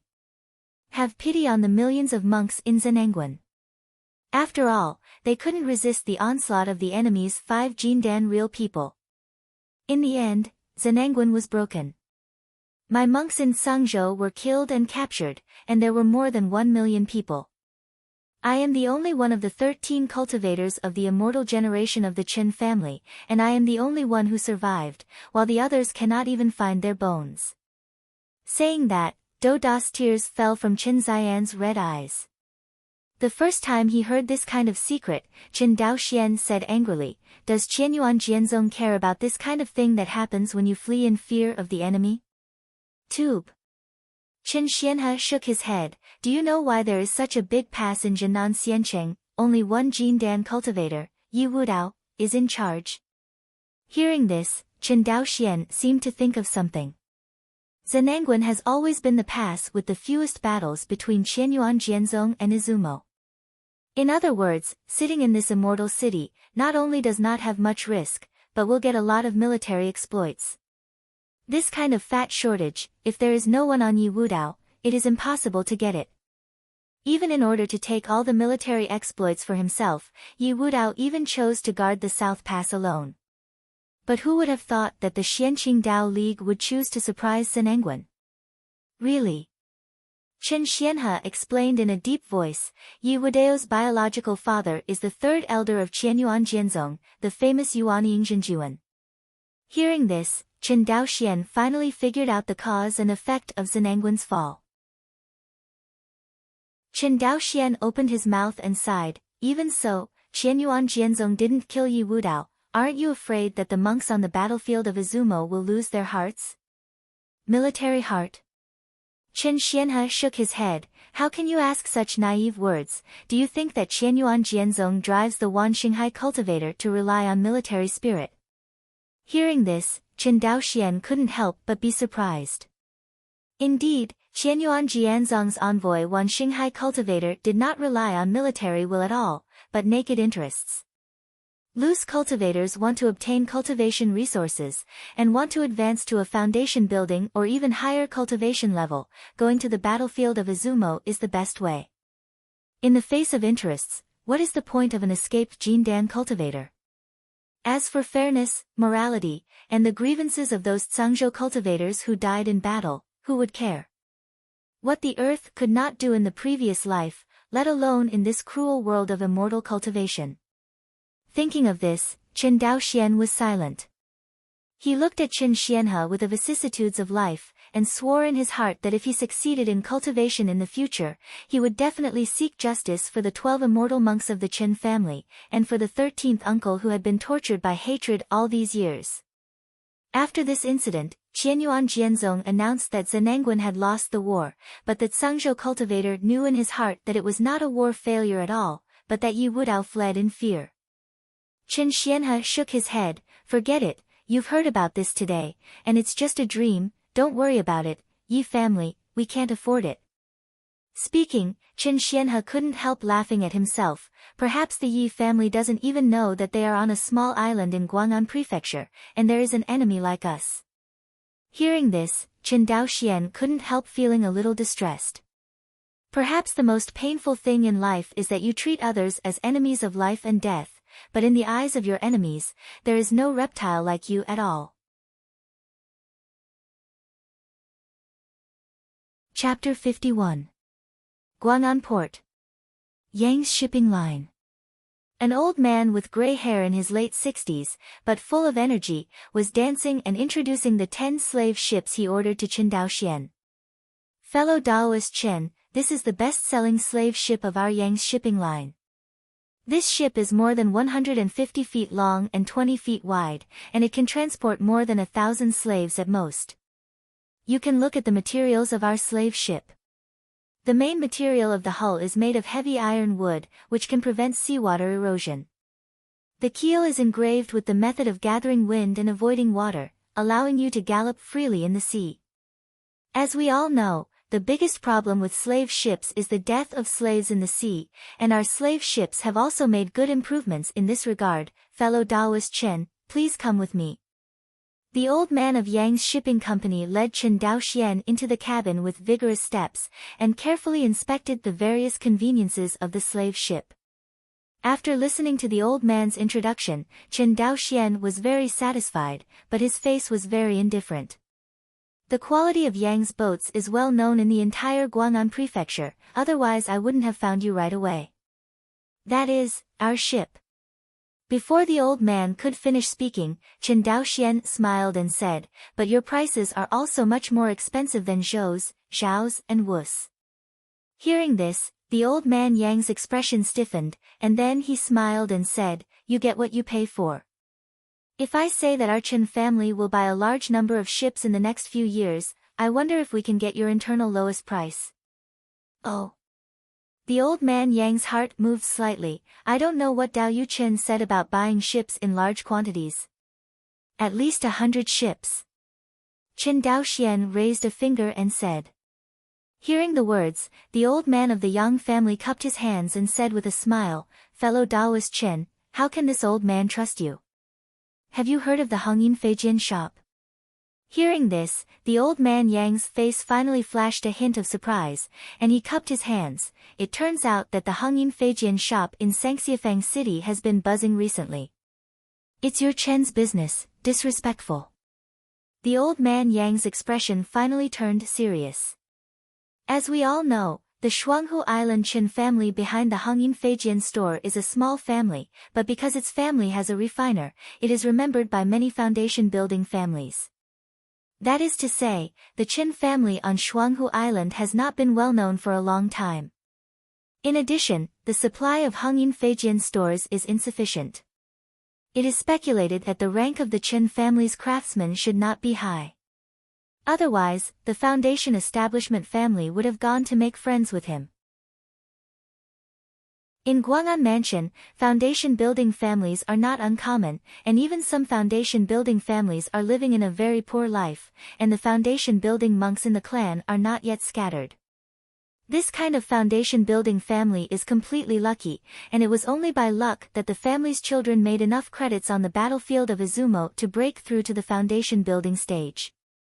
Such a foundation building family, in terms of background, is not much stronger than those small families. For them, being able to make friends with a senior artifact refiner is something they can't ask for. At least in the future, when family children need magic tools, they don't need to buy second-hand goods that were eliminated by the big family children. Although the Yang family is a large immortal cultivator in Guang'an Prefecture, they have always had the problem of insufficient supply of magical instruments within the clan. The reason for this is that the Yang family put all of their energy into the construction of various ships, ignoring the cultivation of the alchemists and alchemists within the clan, resulting in the supply of magical tools and medicinal pills within the clan has been controlled by the Zhou family. Faced with this situation, Yang has always wanted to reverse it. However, cultivating alchemists and alchemists has too high requirements for various resources and backgrounds in the clan. Not everyone is as perverted as Qingdao Xian, who can teach himself by holding a copy of second-order refining equipment and inheriting jade slips. Chen Daoxuan's behavior, in his previous life, is equivalent to the exaggeration of an illiterate person holding a few books and self-taught to become a doctor in a few years. This is also the reason why the Yang family has been wandering in all directions, constantly attracting major foundation building families and emerging forces, hoping to jointly build a fairy city to fight against the Zhou family. It is a political task within the Yang family to make friends with a family that has an alchemist and an alchemist. Therefore, the old man showed a serious look after hearing that Qin Daoxian reported himself to his family. After pondering for a moment, the old man raised his head and said, "In this case, this slave ship, even if it is 1,000 spiritual stones for fellow Taoists, and 10 slave ships, a total of 10,000 spiritual stones, can also be counted as my Yang family and your Shuanghu Island Qin family. Make a good relationship." Saying that, the old man of Yang's face showed a kind smile. "So, thank you, senior. Fellow Taoist is polite." The old man of the Yang clan bowed his hands, and the two were in harmony. Negotiate the issue of Yang's shipping line's slave ship. By the time Qin Daoxian rushed back to Sangxiafang City, it was almost evening. The loose cultivators surrounding the Hongyin Feijian store gradually dispersed. Obviously, today's lottery event has ended. Back to the shop. Qin Xianhe was cleaning up the lottery box and other sundries. Seeing Qin Daoxian, Qin Xianhe raised his head and said, "Is it done?" "Well, it's done. When I go to the Guang'an Prefecture slave market tomorrow to select the female slaves of Izumo, I will return to Shuanghu Island in 3 days at most." Hearing this, Qin Xianhe did not show reluctance, but heaved a sigh of relief. "It's good to go back early, and you can refine the magic weapon earlier." Seeing Qin Xianhe showing such a capitalist face, Qin Daoxian couldn't help twitching his mouth, silently stepped forward to help him clean up the sundries, and stopped talking. Just when Qin Daoxian and the two finished packing up the sundries and were about to close the door, a figure broke into the store. Qin Xianhe stepped forward without looking, and said with a cup of hands, "This distinguished guest, our shop is closed today. If you want to buy Feijian, please hurry up tomorrow." Qin Daoxian looked at the man who broke into the store. This man was about 40 years old, with a rough face, wearing a linen blouse, and he seemed to be wrapped in something in his arms, with a cautious look. As soon as Qin Xian's congratulatory words were finished, the man said in a loud voice, "I'm not here to buy magic weapons, but to sell treasures." Hearing this, Qin Xian's face sank. He has been in Sangxiafang City in Guang'an Prefecture for so long, and he doesn't say that he encounters a liar like this who came to the store to deceive him every day, but it is no exaggeration to encounter him once every 2 or 3 days at the beginning.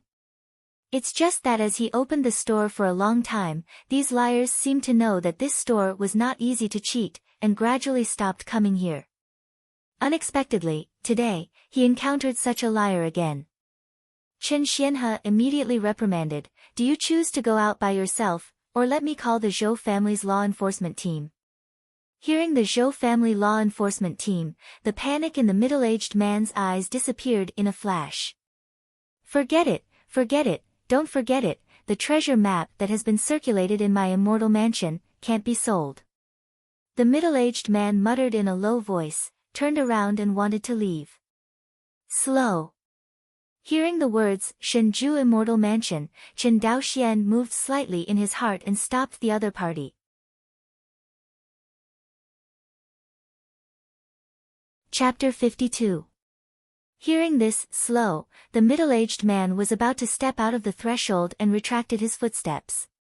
A hint of joy flashed in his eyes, but when he turned his head, his face was full of resentment, and he said, "Don't you want to find the Zhou family law enforcement team? Friend Taoist is polite, I don't know what to call you." Qin Daoxian completely ignored the other party's resentment and said with a smile, "My surname is Sunday, fellow Taoist son, the treasure map of Shinjue Immortal Mansion you just mentioned, I don't know what you mean."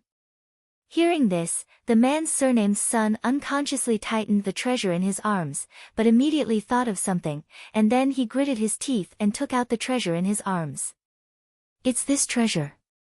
The man's surnamed son took a residual picture out of his arms. "Can you show me?"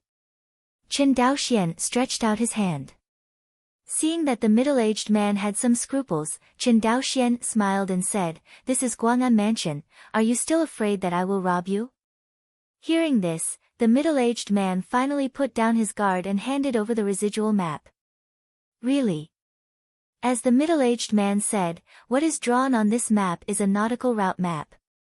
However, only half of this nautical route map is left, and the other half seems to have been torn away, leaving only a residual map.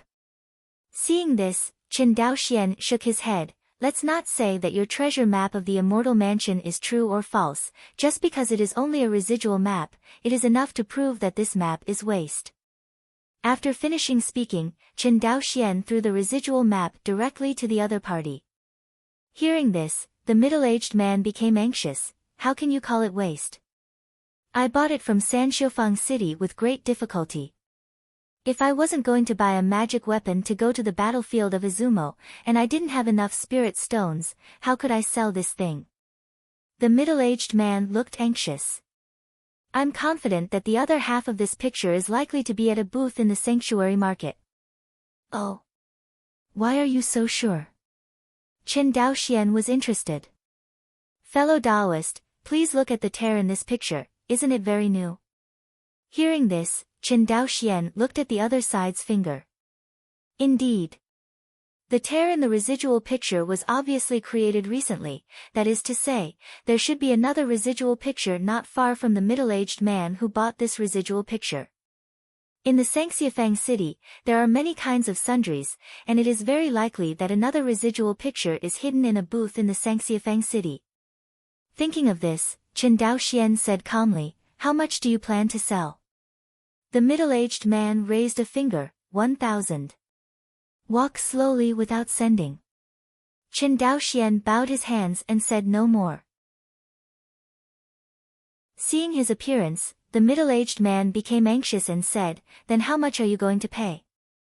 10 spirit stones, puff. The middle-aged man's heart suddenly spurted out a mouthful of old blood, but thinking of the purpose of his trip, he hesitated a little, add a little more, and I'll sell it.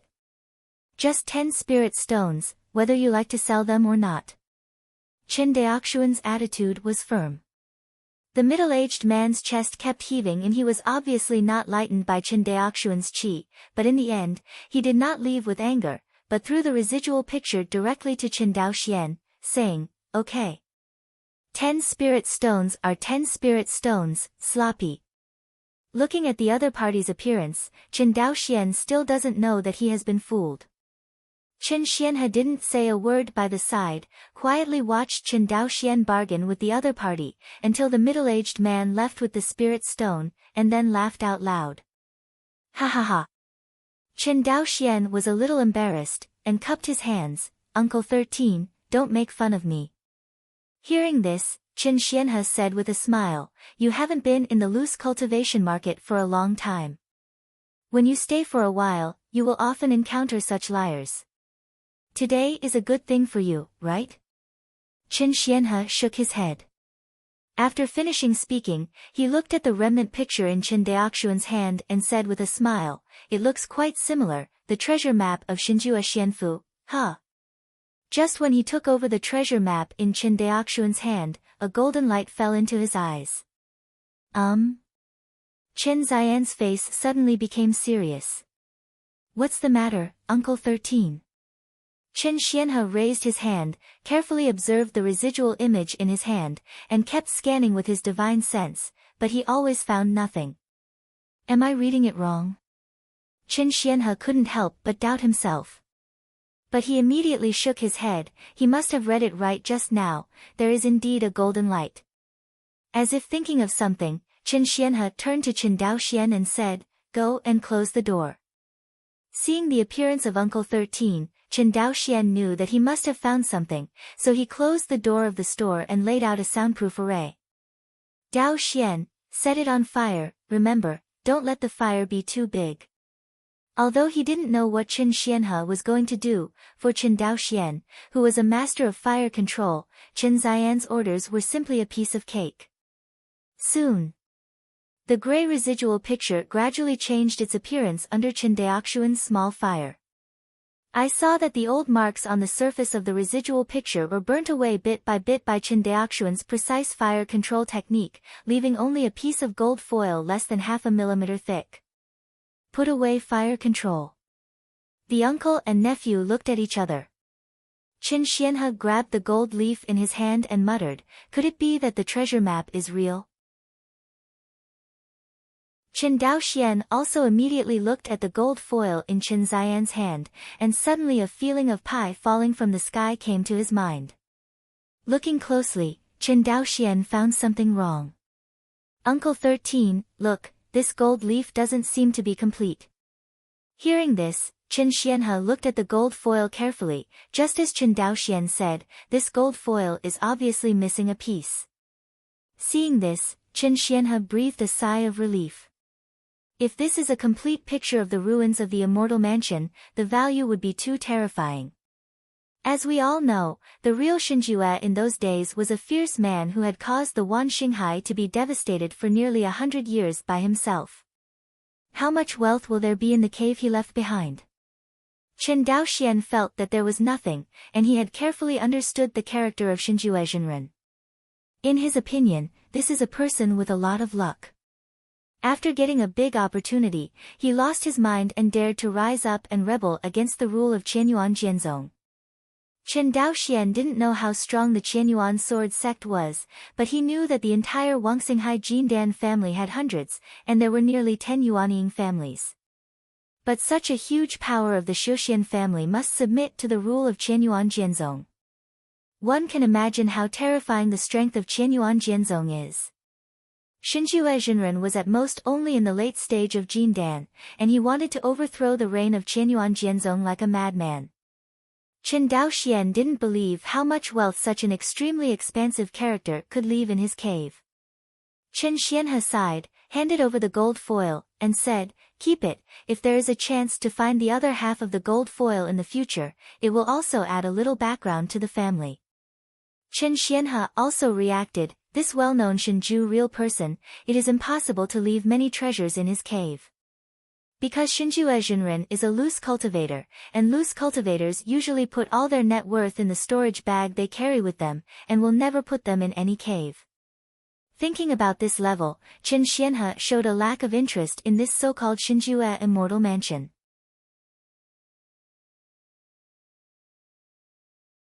Chapter 53. Guang'an Prefecture, Sangxiafang City. Wuxin. The middle-aged man's surnamed son came out of the Hongyin Feijian store, and he turned around and made sure that no one was following him, so he stopped in front of the Wuxin. He walked to a guest room and knocked on the door. Came back. As the door opened, a tall, thin, pale-faced middle-aged cultivator with a cultivation base of as high as the 9th level of qi refinement was sitting cross-legged on the warm jade futon in the guest room. The white-faced middle-aged cultivator raised his eyelids, looked at the rough-faced middle-aged man's surnamed son, and asked. Came back. The middle-aged man's surnamed son bowed his hands, replied, and said, "Brother, I have done everything you explained. The bait has been delivered, and I will wait for the fish to take the bait." Having said that, the man's surnamed son narrated the scene just now. After narrating, he couldn't help complaining, "This Qin family brat is really stingy. It took me a lot of effort to make that treasure map, and he only gave me 10 spirit stones." With that said, the middle-aged man's surnamed son took out the spirit stone. The white-faced middle-aged cultivator glanced at it and said with a smile, "It's okay, the bait has been cast, just wait for the fish to take the bait." Hearing this, the middle-aged man's surnamed son looked like he was hesitant to speak. Seeing the doubts on his brother's face, the white-faced middle-aged man glanced at him and said, "You and I are brothers of the same mother. If you have something to say it clearly." Hearing this, the middle-aged man's surnamed son bowed his hands and said, "Brother, I don't understand, since we are going to rob this Qin family cub, why not just kill it halfway, or simply sell the complete treasure map to what about the other party? You are acting too recklessly. Otherwise, why would we hide from Cangzhou City to this Guang'an mansion?" The white-faced middle-aged man shook his head. The Lingshu battleship of the Zhou family in Guang'an Prefecture has been patrolling the safe waterway in the sea to ensure the safety of passing merchant ships. Although we can intercept them halfway, we will encounter uncontrollable risks. We are seeking money, not life. After a pause, he continued to explain, as for what you said, sell the complete treasure map directly to the other party. Speaking of this, the white-faced middle-aged man laughed. You know what? Almost everyone in the world thinks they are smart people. Do you know what the biggest weakness of smart people is? The man's surnamed Sun shook his head blankly. I don't know. The biggest shortcoming of smart people is that they only believe what they see with their own eyes and what they think. Smart people are naturally vigilant about things like falling pie in the sky, and what I have to do next is to eliminate them. Vigilance. The white-faced middle-aged man talked eloquently. Brother, I don't understand this. Anyway, I will do what you say, hee hee. The middle-aged man's surnamed Sun said with a simple and honest look. Seeing this, the white-faced monk smiled and shook his head. Guang'an Prefecture, Slave Market. Chen Daoxian and his family were wandering in this huge slave market, and beside him was a slave trader who was at the 7th level of qi refining. Treasurer, will the female slaves from the Izumo country here have resentment towards the master's family after buying it back? This is what Chen Daoxian is most worried about. He needs a woman from Izumo to reproduce for his Chen family, instead of looking for a group of enemies to go back. Otherwise, under the influence of this group of hating the Chen family's mother, the descendants of the Chen family will also hate the family when they grow up. This is not the development of the family, but the root cause of the family. Hearing this, the shopkeeper of the slave firm kept shaking his head and said with a smile, Fellow Taoist Chen, don't worry about this matter. If our firm can't even solve this trivial matter, why are we still running this business? The major immortal clans in Xinghai demolished the store. He paused. For each female slave for sale in the business, we let the monks cast spells on the female slaves to ensure that they forget their grievances against me, Wan Xinghai. Of course, if you buy female slaves back and abuse them, then our firm can't guarantee whether they hate you or not. Hearing this explanation, Chen Daoxian was slightly relieved. Sure enough, as he guessed, the problems he could think of, the major immortal clans in Wan Xinghai would not be surprised. Since they dare to buy female slaves from the Izumo country and go back to breed their descendants, it proves that buying female slaves from the Izumo country will not have any legacy. Thinking of this, Chen Daoxian smiled bitterly. The slaves of your firm are good, but the price is high. Young Taoist Chen is joking, the shopkeeper of the slave merchant said with a smile. Now the latest batch of slaves from the Izumo kingdom battlefield has not been delivered, so the price of slaves has increased slightly. Besides, these female slaves you want are all of the highest grade here. All of them are young female slaves under the age of 20, with good looks, and a spirit stone is really not expensive. Saying that, the shopkeeper continued to sell. We also have cheap female slaves, but they are all old and degenerate, and their fertility is not good. You can only buy this kind of female slave home as a servant, and the price is 100 lower times. Seeing that the shopkeeper wanted to sell young and strong male slaves who could help the main family farm, Chen Daoxian shook his head. Our Chen family only needs female slaves. Row. The shopkeeper looked regretful at first, then nodded cheerfully. We will transport all the 10,000 female slaves from the Izumo country you want on your slave ship within 3 days. Our firm guarantees that every female slave you buy is clean and healthy. Please rest assured, fellow Taoist Chen, of the reputation of our firm. Chen Daoxian was relieved at this point. If the female slaves he bought were buy one get one free, his slave business would have been dismantled long ago, and it would not have been operating in Guang'an for so long. After negotiating the purchase of female slaves from Izumo, paying the deposit to the slave trader, the next step is to wait for the slave trader to transport the female slaves to the slave ship. These things are naturally watched by the Chen family, and the 13th uncle Chen Xianhe is also watching over the Feijian store. In the past few days, he, the young patriarch of the Chen family, has been completely at ease. When people are free, they want to find something to do. Maybe it was because of the water spirit beads and the wind and thunder array that I bought in Sangxiafang City last time, maybe because of what the man surnamed Sun said yesterday who sold the treasure map of Shinjue Immortal Mansion.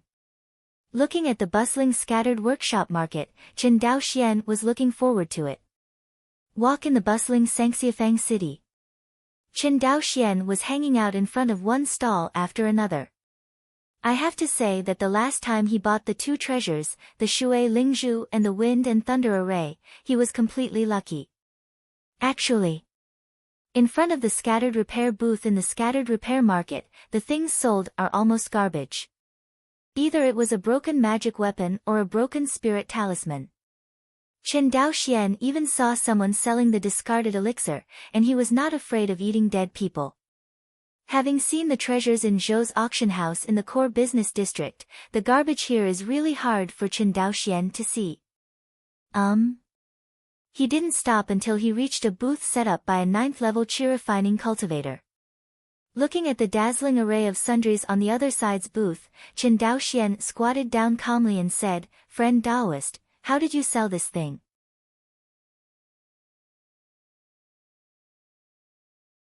Chapter 54. The stall owner in front of Qin Daoxian was a white-faced monk on the 9th level of chi refining.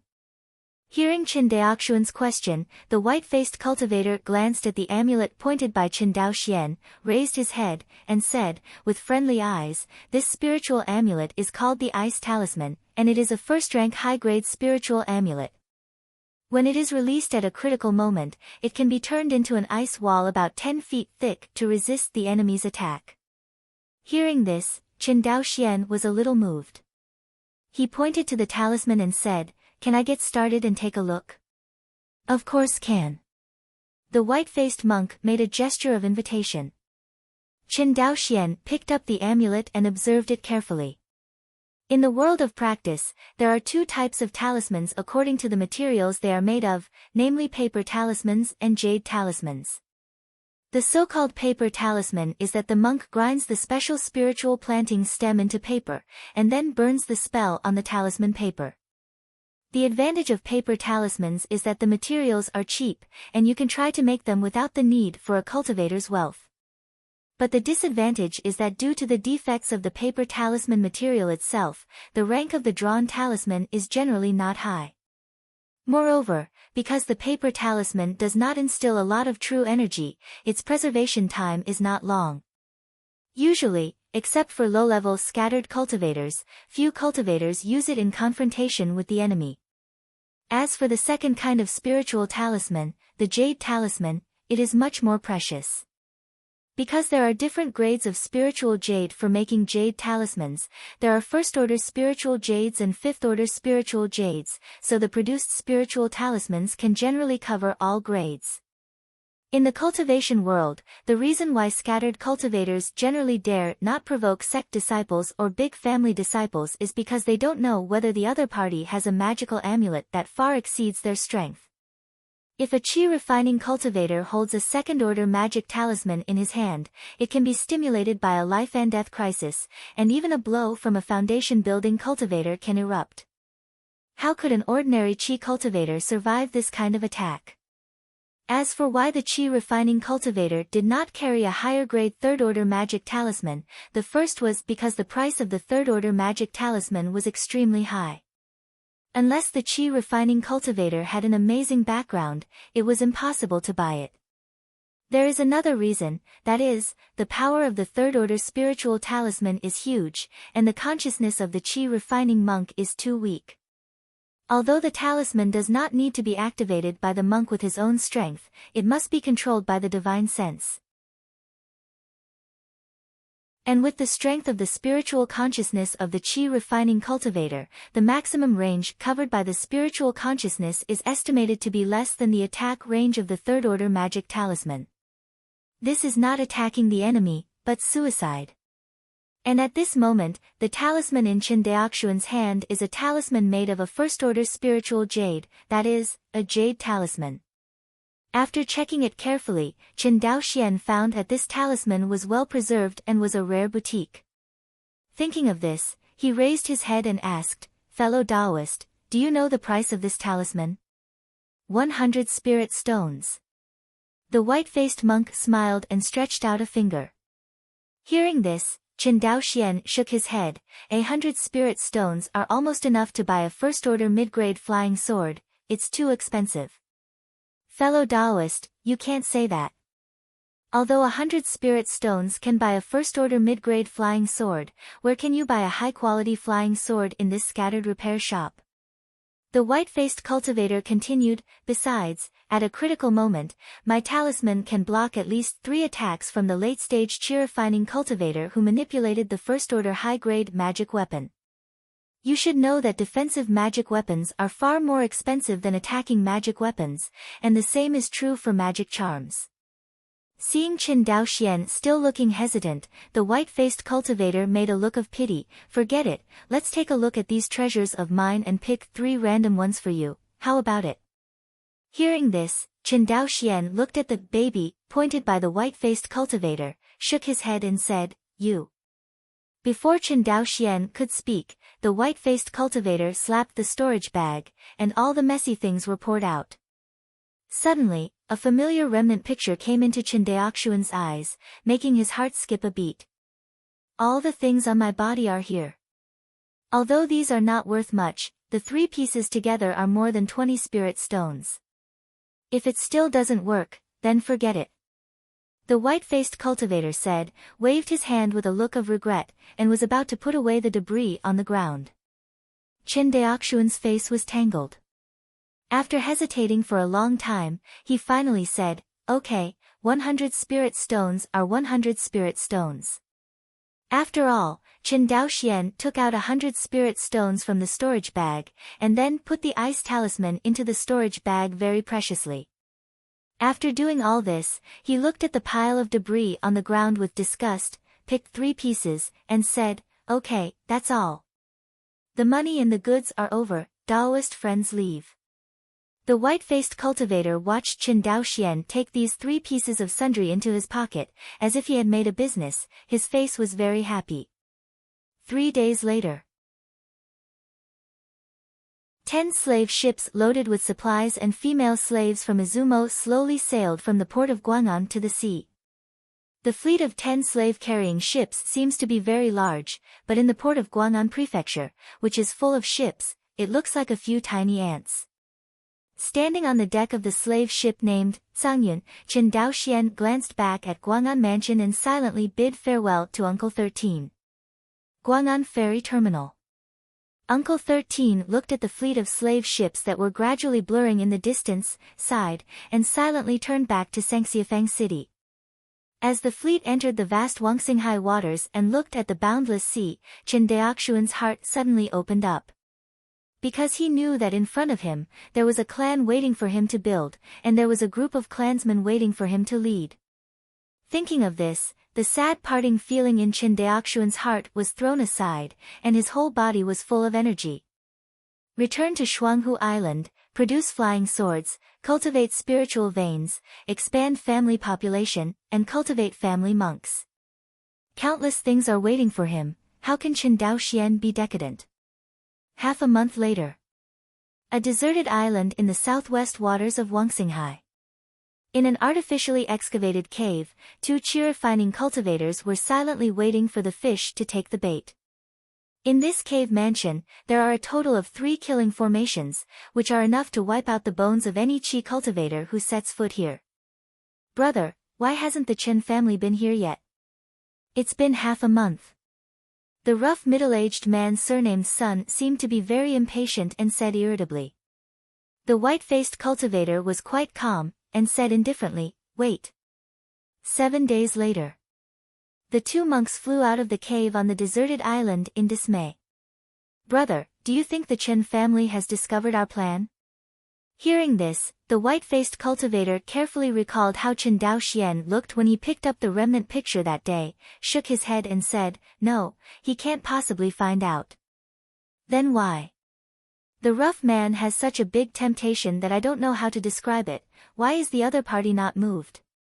Hearing his brother's question, the white-faced cultivator shook his head, and he was very puzzled. In the end, he smiled freely. Interesting, really interesting, this Qin family boy is not greedy. What? The rough man didn't understand. I mean, he is actually not greedy in the face of such a big temptation of Shinjue's immortal mansion, which shows that his scheming is mature and stable, and he doesn't look like a teenager at all. Is he as powerful as you say? The rough man thought about what Chen Daoxian looked like that day when he was deceived by him, and he couldn't believe it. The white-faced monk shook his head and stopped explaining. Forget it, you and I don't have to provoke this kind of enemy, he thought for a while. I plan to wait for you to break through the 7th level of chi refining, and then take you to the battlefield of Izumo. With the savings you and I have accumulated over the years and the military exploits in the Izumo kingdom, it is enough for you and me to break through to the foundation establishment stage.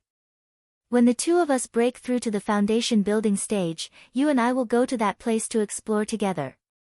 Hearing that place, the rough man's face flushed with excitement. He cupped his hands and said with red eyes, "Big brother, it's all my fault for my poor aptitude. I've affected you all these years. You and my brother, what are you doing with these foreign words?" The white-faced monk patted the rough man on the shoulder. The other side. If Chen Daoxian knew that someone's evaluation of him was not age-appropriate and cautious, he didn't know how he should feel. The reason why he didn't go to explore any immortal mansion was because he didn't have the time to spare. Compared with the development of the family, compared with the huge dividends brought by industrialization, what is a mere immortal mansion?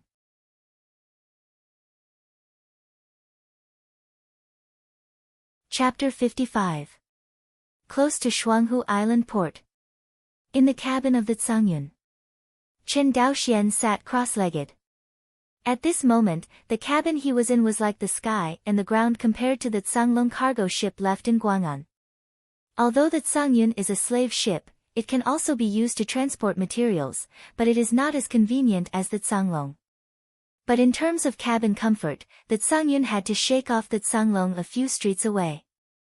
To make an analogy, it is the gap between luxury cruise ships and large freighters. Inside the cabin.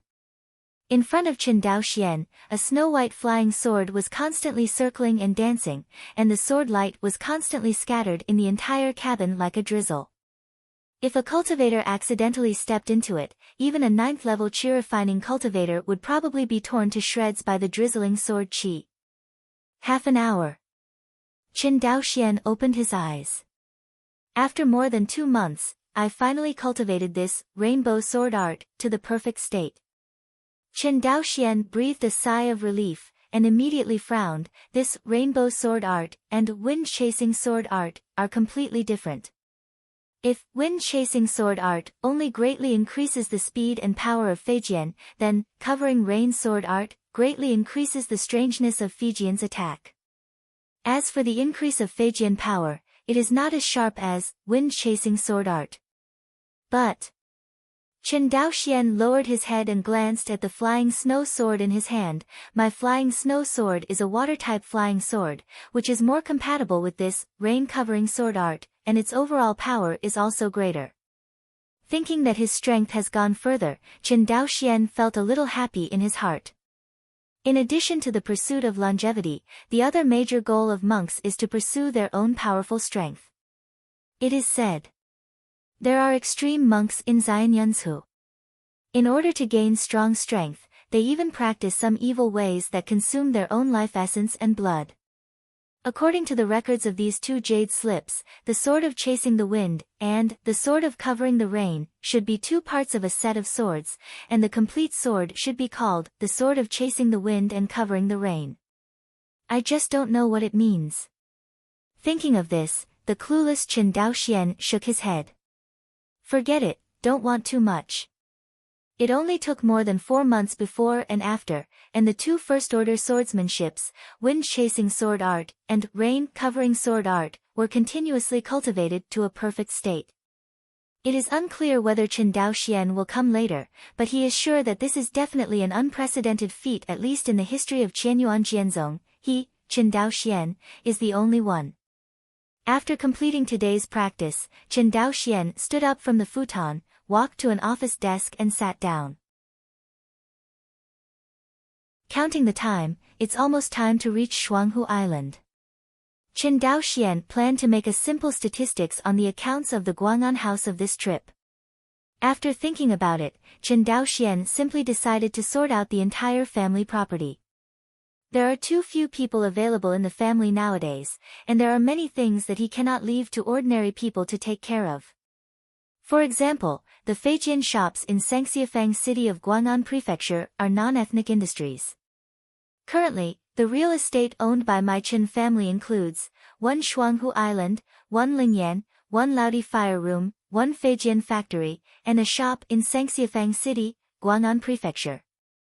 In addition to real estate, the family originally owned 66,692 spirit stones in working capital.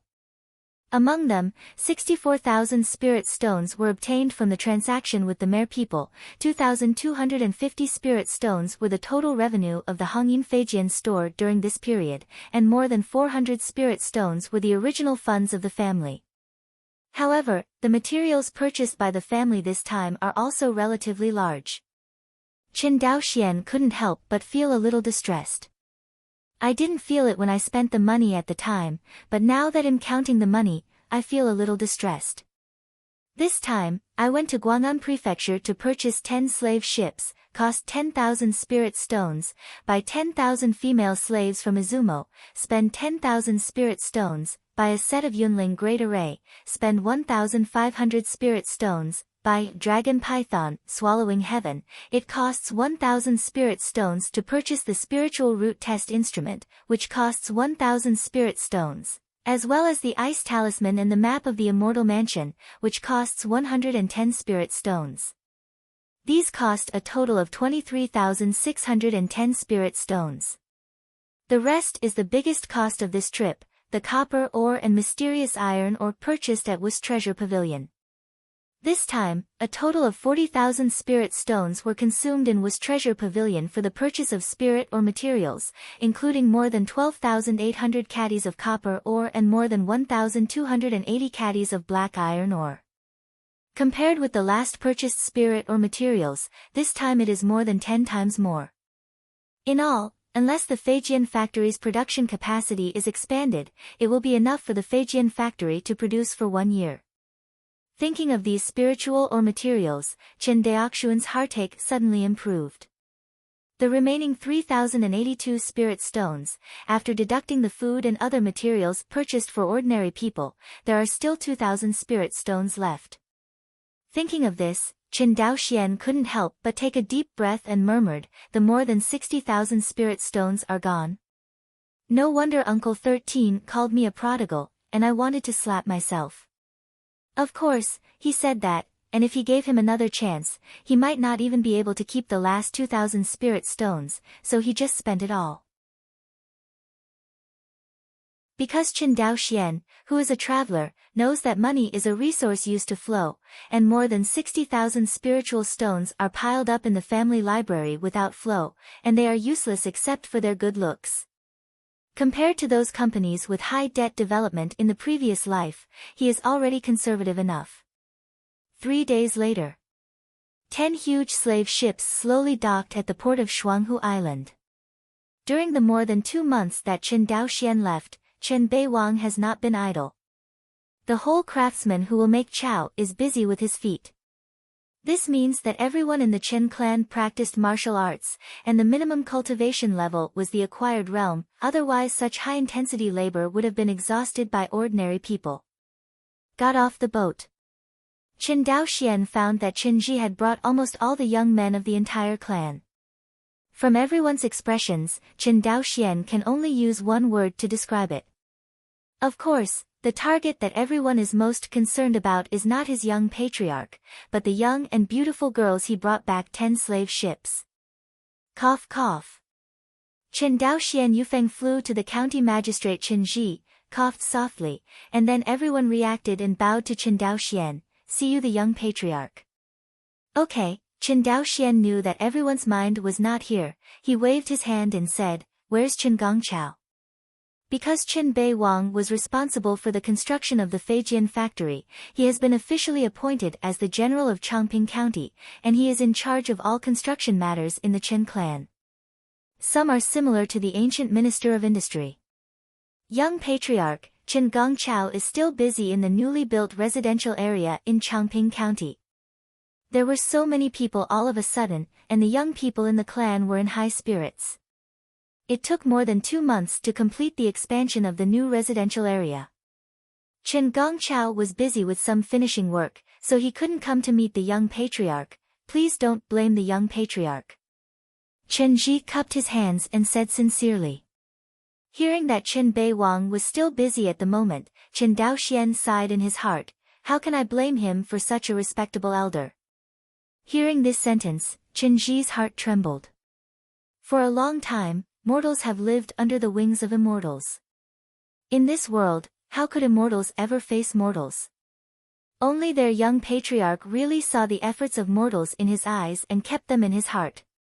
At this point, in Chen Ji's heart, the young patriarch surpassed all the past patriarchs of the Chen family.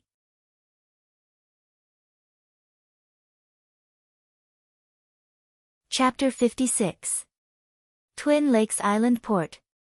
Along with the young and beautiful female slaves on the slave ship, there was a long queue to disembark one by one. The men of the Chen family burst into cheers, and the warm atmosphere seemed to overturn the entire island. The young female slaves of the Izumo country were all trembling when they saw this scene, and all their eyes showed fear and despair for the future. They don't know what the fate awaits them, a terrified little beast. Seeing this scene, Chen Daoxian, who is a modern time traveler, has an uncomfortable feeling in his heart. But he knew that the Chen family wanted to expand the population in a short period of time, which was the best choice. Moreover, compared with those mortals who were slaughtered by the monk army, these Izumo women in front of them already had the best future. At least on Shuanghu Island, they will not be threatened with starvation and death, nor will they be humiliated by others. The only thing they have to do is to marry Chen's males to reproduce. Chen Ji. Subordinates are here. Chen Ji hurriedly bowed. The order goes on, until the women of the Iron Kingdom are calmed down, they are not allowed to harass them by Chen's males, and the job of settling them will be handed over to you, don't let me down. At the end, Chen Daoxian gave him a warning look faintly. With Chen Ji's intelligence, he instantly understood the look in his eyes. It was Chen Daoxian warning him that county officials must not use their power to take advantage of these women. Young patriarch, don't worry, your subordinates will definitely handle this matter well. That's good. Finally, looking at the cheering clansmen, Chen Daoxian flew towards Chen's Feijian factory. Watching Chen Daoxian leave, Chen Ji began to place these Izumo women. After all, with a population of more than 3,000 in the Chen family, it is not an easy task to resettle 10,000 women from Izumo. It is foreseeable that Chen Ji will be very busy in the future. Back to Shuanghu Island. For 10 days in a row, apart from his daily practice, Chen Daoxian did not immediately devote himself to the production of Feijian factory. Instead, they supervised Chen Ji and the others to place the women of Izumo. After all, Chen Daoxian still couldn't believe these hot-blooded Chen's men. Even under his supervision, there were still 1 or 2 incidents in which Chen's males took advantage of Izumo's women. For this kind of behavior, Chen Daoxian is naturally punished severely. After all, the purpose of buying these women was to let them reproduce for the Chen family on Shuanghu Island, not to vent their desires for the Chen family. In the future, these women will all be the mothers of the Chen clan. How could Chen Daoxian not protect them well? After all, protecting them is protecting the descendants of the Chen family, and its importance is self-evident. With the arrival of this 10,000 Izumo woman, the huge Shuanghu Island gradually became full of vitality. At this moment, if someone came to Shuanghu Island, I am afraid they would mistakenly think that they came to the daughter country. After the arrival of this batch of Izumo women, the ratio of males to females on Shuanghu Island has reached the most exaggerated 1:10 since the ancestor Chen Dengyuan established his family. Chen Daoxian had calculated that if all these women were assigned to Chen's male concubines, each Chen's male would probably marry more than 10 women. To be frank, If it wasn't for Qin Daoxian who embarked on the path of cultivation in this life, if he should not be distracted, he would be envious of the ordinary men in the clan. Chongping County Government Office. Qin Daoxian looked at the black group of Chen's children in front of him, turned to look at Qin Ji, and asked, "Are these all my Chen's children under the age of 10? Young Patriarch, there are 1,039 children under the age of 10 in the Chen family, all of them are here." More than 1,000 children, standing in the square of the county government office, looked very crowded, almost sticking to each other. But at the moment, the conditions are limited, and Qin Daoxian has no good venues to be picky about. This is already the most suitable venue to test the spiritual roots of Chen's children. When the Qin clan people learned that the young patriarch was going to test the spiritual roots of the entire Qin clan's children, they were even more excited than seeing 10,000 Azuma women. After all, so many Azuma women married into the Qin family, and the only ones who were happy were Chen's males. Chen's daughters didn't say anything, but they still had some opinions on Qin Daoxian, the young patriarch. Qin Daoxian resolutely chose to ignore the criticism of Chen's female relatives. For the Qin family to grow and develop, it depends on the sacrifices of generations of Qin clan members. This is the case with the monks of the Xianzi generation in Nengxianqing, the town of Battle Dead, and the same is true of the Qin family. But then Qin Daoxuan's practice of testing the spiritual roots of the children in the clan completely dispelled the dissatisfaction of the Qin family's female relatives. Compared to a husband marrying a concubine, the future of his children is obviously more important. Besides, it is only natural for men in this world to have 3 wives and 4 concubines. Chen's daughter-in-law has no reason to be dissatisfied. Sitting on the chair prepared by the county government, Qin Daoxian held the spirit measuring plate in one hand. After injecting a burst of infuriating energy, he aimed the spirit measuring plate at the child in front of him. No spiritual root, next. After half an hour of testing, Qin Daoxian was basically numb. After testing hundreds of Chen's children, only a few immortal seedlings with spiritual roots were found, and all of them were immortal seedlings with spiritual roots. It is impossible for Qin Daoxian to say that he is not disappointed. But he knows that this is the status quo of the birth of spiritual root and aptitude immortal seedlings among mortals. Pick 1 in 100, and most of them are middle and lower spiritual roots. The next person who came to him was a timid little girl. Perhaps more than 100 Qin children were tested in a row, and none of them had spiritual roots. Qin Daoxuan's face was not very good-looking, and the little girl was a little scared. Seeing this scene, Qin Daoxian squeezed a smile on his face. "Don't be nervous." The little girl gathered her courage and nodded vigorously. In the next second, the spiritual light of the spirit detection disc enveloped the little girl. Qin Daoxian didn't care much in his heart at first, but he didn't expect the little girl in front of him to give him a great surprise. Shang Lingzhen. Qin Daoxian looked at the little girl in surprise. At this moment, he took a serious look at the little girl's appearance. The girl is about 8 or 9 years old, her hair is withered, her face is a little pale, and she is wearing coarse clothes. It seems that her family is not very good. Seeing this, Qin Daoxian was afraid of scaring the little girl, so he tried to soften his voice and said, "Little sister, what's your name?" Seeing Qin Daoxuan's attitude, the little girl secretly raised her head, then lowered her head quickly, and said timidly in a voice as thin as a mosquito, My name is Qin Lian." "Qin Lian, Qin Daoyan, good name, ha ha ha ha." Qin Daoxian laughed out loud. Qin Lian didn't know why the young patriarch, who was told by his parents to be careful when he spoke, was so happy. But she knew it was a good thing for her. Qin Ji, who was standing beside him, and several of the Qin children who were detected to have a lower spiritual root were also looking at Qin Lian with envy at the moment. They know that the fate of this little girl will be completely changed from now on. "Qin Lian, come here and sit next to me." Qin Daoxian waved to the little girl. Qin Lian courageously sat down on Qin Daoxuan's spacious chair. Seeing her appearance, Chen Daoxian didn't care, and continued to detect the remaining children's spiritual roots. But hundreds of people have been tested in a row, except for one middle spirit root and 3 lower spirit root immortal seedlings. There is not a single upper spirit root immortal seedling like Chen Lian. Chen Daoxian knew that this was the true birth probability of spiritual roots. With more than 3,000 people in the Chen family, he and Chen Lian have 2 spiritual roots. It is already very lucky. After all, there is less than 1/10 of the probability that Shang Lingzhen is in the cultivator group.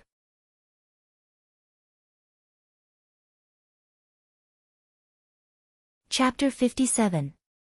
Took half a day. Since Qin Xianhe has been in charge of the Qin family for 50 years, the first large-scale screening of the Qin family's immortal seedlings has ended. Chongping County Government Office. Looking at the 8 children, the oldest 10 years old and the youngest 5 years old, Chen Daoxian was filled with emotion. In fact, he knew that there must be Xianmiao hidden in the adult group of the Qin family. But compared to these children under 10 years old, the cost-effectiveness of cultivating adult immortal seedlings is too low.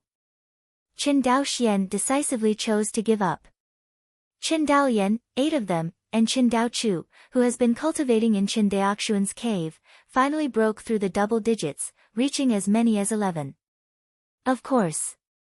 If you want these 9 little guys to truly become monks in the qi refining period, you have to establish a family spiritual vein. Otherwise, when they enter the qi refining period and find that they do not have enough spiritual energy to practice, the fun will be great. For this, Chen Daoxian was quite confident.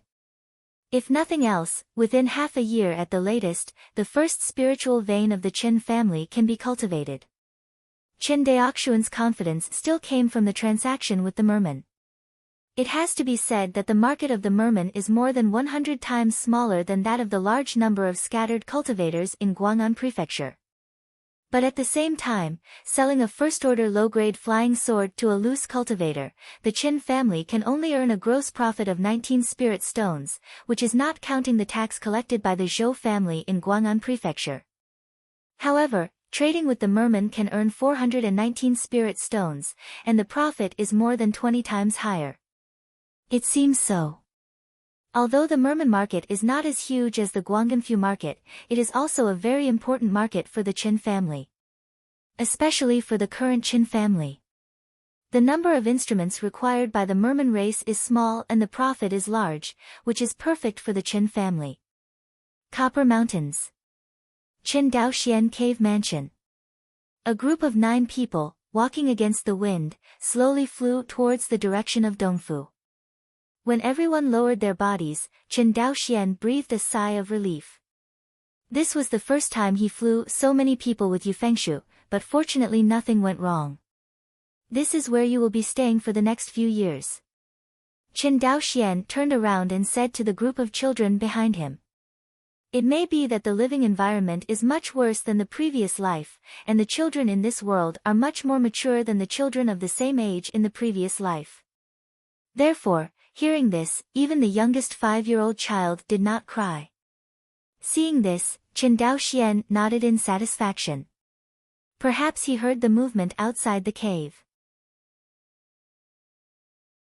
A young figure rushed out of the cave with a long sword. It was Chen Daochu, who had not seen him for several months. Chen Daochu was stubborn, and when he saw Chen Daoxian, he was stunned for a moment, then immediately turned the tip of his sword down, and cupped his hands at Chen Daoxian. "See you, the young patriarch." Seeing Chen Daochu, Chen Daoxian said with a smile, "Daochu, you are here just in time. I will introduce a few clansmen to you. From now on, you will live together and learn to get along well, you know?" "Yes, young patriarch." The crowd looked at each other in dismay, and then answered in unison. Chen Daoxian nodded and asked them to introduce themselves. Everyone is the same age, even the oldest Chen Daoxian is actually only 6 years older than a 10-year-old child. After a brief introduction, everyone quickly became acquainted. "Brother Daochu, listen to my father, you are the son of Director Chen, aren't you? Brother Daochu, how long have you been cultivating here? What is the life of an immortal like?" Brother Dao Chu. Everyone is more in awe of Chen Daoxian and dare not disturb him easily, but when dealing with Chen Daochu of the same age, everyone has to be much closer. Chen Daochu took the trouble to explain the life in Qitong Mountain one by one to everyone. Finally, they had a certain understanding of the environment of the Red Copper Cave Mansion. Settled 8 immortal seedlings of the Qin family in the other courtyard of the cave mansion. Chen Daoxian stepped into his practice room, call. In the past 10 days, first the female slaves of the Izumo kingdom were placed, and then the selection of Chen's immortal seedlings was organized, but Chen Daoxian was very tired. Back in the cave, Chen Daoxian just wanted to fall asleep on the bed. But the habit he had cultivated over the years still allowed him to drag his tired body to Ling in the practice room. Open the stone cover that closes the spiritual eye. A large amount of spiritual energy suddenly appeared out, but the keen Chen Daoxian still found that the spiritual energy that came out of this spiritual eye became less. Seeing this scene, Chen Daoxuan's face sank. At that time, the monks of the immortal family found a total of 7 spiritual eyes in the Red Copper Mountains. This spiritual eye was the least used of them. Now it is time for the spiritual energy to gradually dry up. Thinking of this, Chen Daoxian felt a little uncomfortable. After all, this spiritual eye has accompanied him for 11 years of cultivation life. It can be said that Chen Daoxuan's cultivation level today is all thanks to this spiritual eye. And now, this mouth is about to dry up. It's not that he is worried about not having spiritual energy to practice, but Chen Daoxian just feels that it is a little difficult to accept emotionally. He now finally understands the lonely look Chen Xianhe had when he heard that the copper veins were depleted. It is not the reluctance to give up on the exhaustion of the cultivation resources, but the emotion of the passing years. How can you see a rainbow without wind and rain? How can a figurine become a butterfly without breaking the cocoon? Chen Daoxian quickly adjusted his mentality, smiled slightly, and before he knew it, his heart became more determined. Take out a water spirit bead from the storage bag, and then take a qi gathering pill. After more than a month, Chen Daoxian once again felt the violent cultivation speed, and the corners of his mouth raised slightly. The next day, after silently reciting the Hongmeng Enlightenment Sutra, Chen Daoxian opened his eyes after finishing his overnight practice after storing a stardust in the sea of knowledge. Chen Daoxian smiled contentedly, feeling the infuriating qi in his dantian circling in the sea of qi that had grown a little. Seems to think of something. Chen Daoxian took out a jade slip from the storage bag. This jade slip is not something else, it is the body training method he bought at the Zhou family auction house in Guang'an Prefecture, Dragon Python Swallowing Heaven. More than a month after he got this exercise, Chen Daoxian had already fully understood this exercise with the help of the epiphany characteristics of the Hongmeng Enlightenment Classic. Speaking of which, the cultivation difficulty of this body training method is quite low. It's not even much higher than the practice Guiyuan Gong, which Chen Daoxian majored in. You must know that Guiyuan Gong, which Chen Daoxian majored in, is the most popular basic qi training method in Qianyuan Jianzong, and it is most suitable for disciples in the qi training period to lay the foundation. Although Guiyuan Gong does not have attribute bonuses, it is more peaceful and less difficult to practice. When the cultivator succeeds in establishing the foundation, no matter what kind of cultivation method he switches to, there will be no big hindrance. Therefore, this practice is the most widely circulated in Wangxinghai, and it is the most practiced practice by cultivators in the qi refining period. But now, Chen Daoxian discovered that this Dragon Mang Swallowing Heaven technique was actually as difficult to practice as Guiyuan Gong, which made him a bit of a treasure. According to the Dragon Python Swallowing Heaven exercise, the biggest consumption of this exercise is not spiritual energy, but various precious ingredients, such as monster meat, spiritual rice, and spiritual fruit. Chen Daoxian looked at the introduction on this jade slip, and felt a bit dumbfounded. Why do I think this is not a physical exercise, but a rice bucket exercise? I really deserve the word swallowing the sky.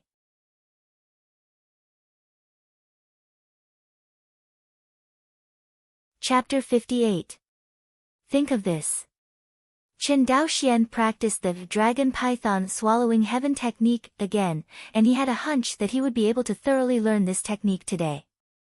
Really? With the operation of this body training method, Chen Daoxuan's stomach and intestines began to move crazily, followed by a strong sense of hunger. The hunger was so fierce that it almost drowned his clear consciousness. Chen Daoxian has never felt such a strong sense of hunger since Chen Daoxian reached the qi refining stage and was able to fast. It seems that if you don't eat, you will starve to death in the next second. Fortunately, Chen Daoxian was already prepared, and saw that he immediately took out a fist-sized piece of roasted monster meat from the storage bag and chewed it. The flesh of the blood-spotted sea snake is fresh and tender, but after all, it has been stored in the storage bag for several months, and the taste is definitely not as fresh as when it was just hunted.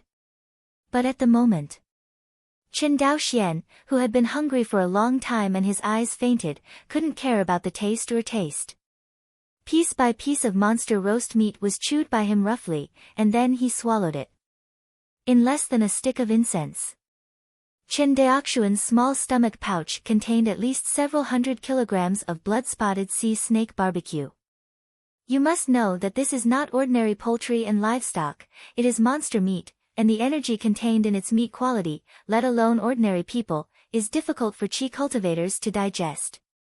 However, Chen Daoxian ate so many kilograms of meat, and there was no other change except for a slight bulge in his stomach. Belch. After eating half a stick of incense again, Chen Daoxian hiccuped. He felt that he was finally unable to eat. Gollum. Gollum. In the practice room, a dull roar suddenly sounded like muffled thunder. Chen Daoxian knew that this was the sound of his stomach frantically digesting the barbecued blood-spotted sea snake. As the roasted meat of the monster in the stomach was digested little by little, a heat flow that was completely different from true qi flowed out of the stomach and quickly circulated throughout the body. Among them, the place where the heat flow gathers the most is the epidermis of his whole body. Chen Daoxian only felt that his skin was quenched little by this heat flow, and the strength of the skin was also enhanced visibly by the naked eye. Although the enhanced physical defense is completely incomparable with the magic weapon, if it can continue to be strengthened like this. Chen Daoxian believed that one day he would be able to reach the level that the old man of the auction house said the body was hard against magic weapons. And Chen Daoxian discovered another benefit of body training. That is to increase the success probability of monks building foundations.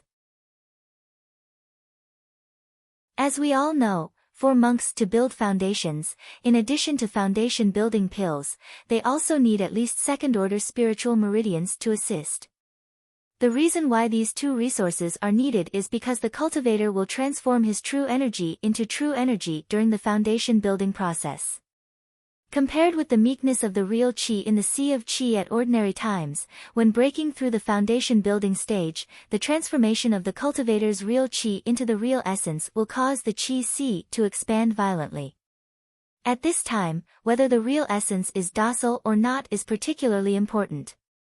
The function of the foundation establishment pill is to make the cultivator's transformed true essence become extremely docile, and directly overcome the difficulty of expanding the sea of qi. The second biggest difficulty in building a foundation is to fill the body with spiritual energy. Due to the transformation of true qi into true essence and the expansion of the qi sea, it is necessary to consume terrifying spiritual energy in a short period of time. At this time, unless it is a spiritual vein above the second rank, it cannot support the cultivator to break through. But at the same time, the spiritual energy infusion will bring another problem, that is, whether the cultivator's physical body can withstand the damage caused by the spiritual energy infusion. Some cultivators have clearly passed the difficulty of expanding the sea of qi, but they have fallen under the level of spiritual qi filling. This is the calamity brought about by the lack of physical strength of the monk.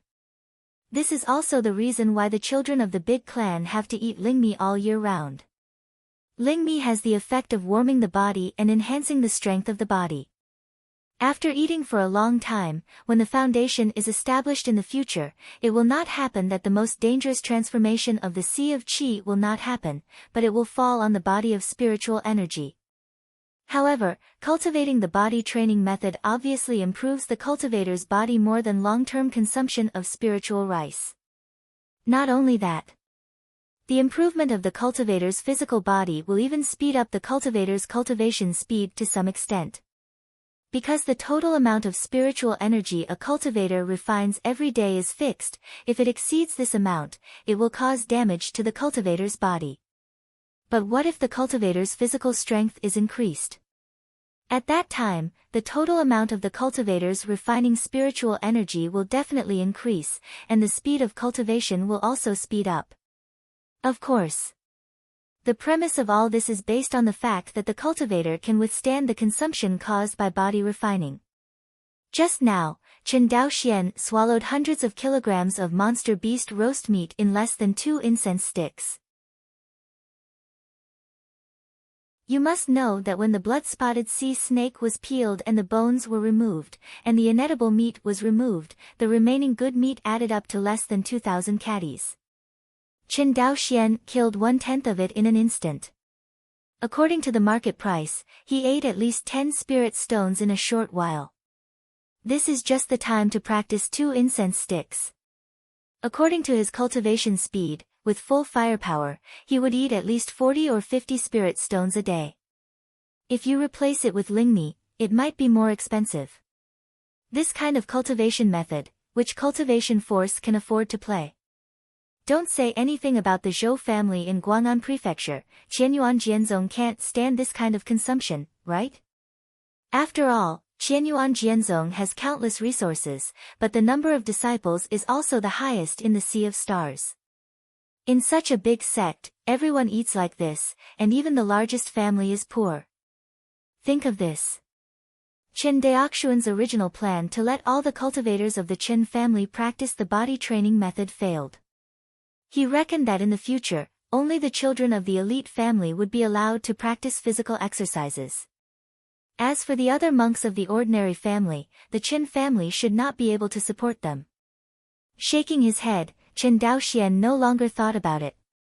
Standing up, he stretched out, and the bones all over his body broke out with a crackling sound. Out of the cave. On the small square on the cliff. Chen Daoxian found that Chen Daochu had brought 8 other immortal seedlings of Taoist characters and was practicing swordsmanship against the rising sun. Chen Daoxian watched silently without making a sound. Although only practiced for a few months, Chen Daochu has broken through to the 4th floor of the acquired day one after another, which shows that there is a huge gap between people with spiritual roots and ordinary mortals. This is still the case when Chen Daochu does not have enough cultivation resources. If the Chen family buys Tongmai pills for the spiritual root disciples in the clan, they can even open up the meridians of the whole body overnight, cross the mortal realm, and directly enter the qi refining period.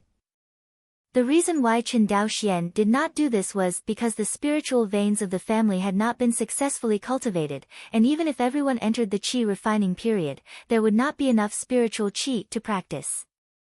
It is better to study and practice now, to hone your xinqing. Chen Daoyan, aren't you full? Are your hands shaking so badly? Chen Daochu saw that the long sword in Chen Daolian's hand was trembling and standing unsteadily, and he immediately put on the appearance of a little adult and scolded. Chen Daolian was very aggrieved when he said something, and tears rolled in her eyes, but she gritted her teeth and resisted it. What others can do, she can do too. Chen Daoxian watched from the side and nodded secretly in his heart. Chen Daolian looks timid, but she is soft on the outside and firm on the inside. This kind of character is very conducive to cultivation. After watching the crowd practice swordsmanship for a while, seeing that there was no major problem with what Chen Daochu taught, Chen Daoxian did not come out to say hello to everyone, and went straight to the direction of Feijian factory.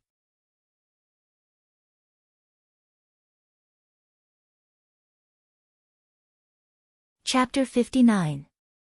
Time flies. In the blink of an eye, 3 months have passed.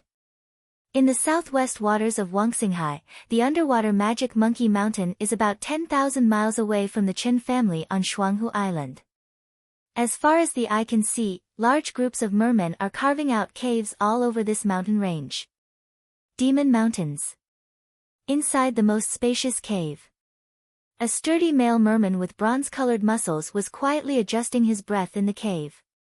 Looking at his disordered breath, it was obvious that he was seriously injured. Father! A petite figure suddenly broke into the cave, and the petite merman held a spirit medicine overflowing with spiritual energy in his hand, and said excitedly, "Look, Luo Air has found the medicine that can treat his father's injury. Hear the call." The patriarch of the merman clan slowly opened his eyes, looked at the elixir in his daughter's hand, and there was a hint of distress in his eyes. "Luoer, I've worked hard for you during this time." Who knew Luoli heard this, his little head kept shaking. "Father, please don't say that. For the sake of your clan to have a safe place to live, you are willing to be injured and fight with the leader of the water demon ape.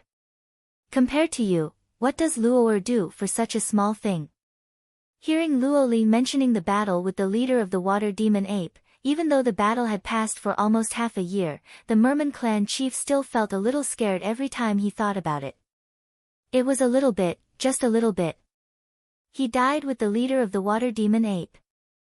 Thinking of this, the head of the merman clan said with relief, "Speaking of which, I was able to win the water demon ape leader, and it was all up to you and the clan to take the lead in defeating the water demon ape group and come to support me. Otherwise, I will have to die with that fellow." Hearing what his father said, Luoli felt a little embarrassed. "I didn't expect that the difference in strength between people with weapons and without weapons would be so big." It seemed that he thought of the scene where the merman clansmen were holding magic weapons, and they were in a state of power in the water demon ape clan.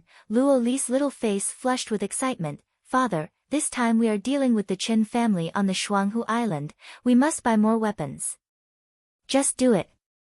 You and I thought about it together," the patriarch of the merman clan said with a smile, but he seemed to think of something again, and his brows slightly wrinkled. "However, I remember that there are not many spirit stones brought by the clan." Hearing this, Luoli's excitement couldn't help but stagnate. But he thought of something in a flash, and said happily, "It doesn't matter. Last time, the Qin family named Qin Daoxian gave me a picture book of various spiritual minerals and medicines. We can use these things above to exchange weapons with them." Hearing this, the patriarch of the merman clan softened slightly. He instructed, "Luoli, this transaction with the Qin family is very important, and we must not make any mistakes. Although we occupy the Magic Ape Mountain, our foothold is still uncertain. Plus I'm seriously injured now, so I can't help you at all. If you want to protect the clan, you can only strengthen the strength of the clan, and purchasing weapons for the clan is the fastest way to strengthen the strength. Father, Luoli will definitely handle this matter well, you can rest assured." Luoli smiled. Twin Lakes Island. Cave house in the Copper Mountains. Chen Daoxian opened his eyes again, his face full of surprise, and said, "The 5th level of qi refining." Chen Daoxian felt very excited when he felt that his Dantian qi had grown by 30%. It took less than half a year to break through to the 4th level of qi refining, and then once again broke through to the 5th level of qi refining. This cultivation speed is not even slower than that of the most core disciples of the big family. Chen Daoxian knew. His cultivation speed is so fast, except for the water spirit beads and qi gathering pills to assist in his cultivation. The body refining effect of dragon python swallowing heaven is also indispensable. He could clearly feel that as his physical body became stronger and stronger, the total amount of aura refined every day was slowly increasing, which undoubtedly accelerated his cultivation speed. The only pity is that his blood-spotted sea snake meat has already been eaten, and after lack of body refining resources, the cultivation progress of dragon python swallowing heaven is horribly slow.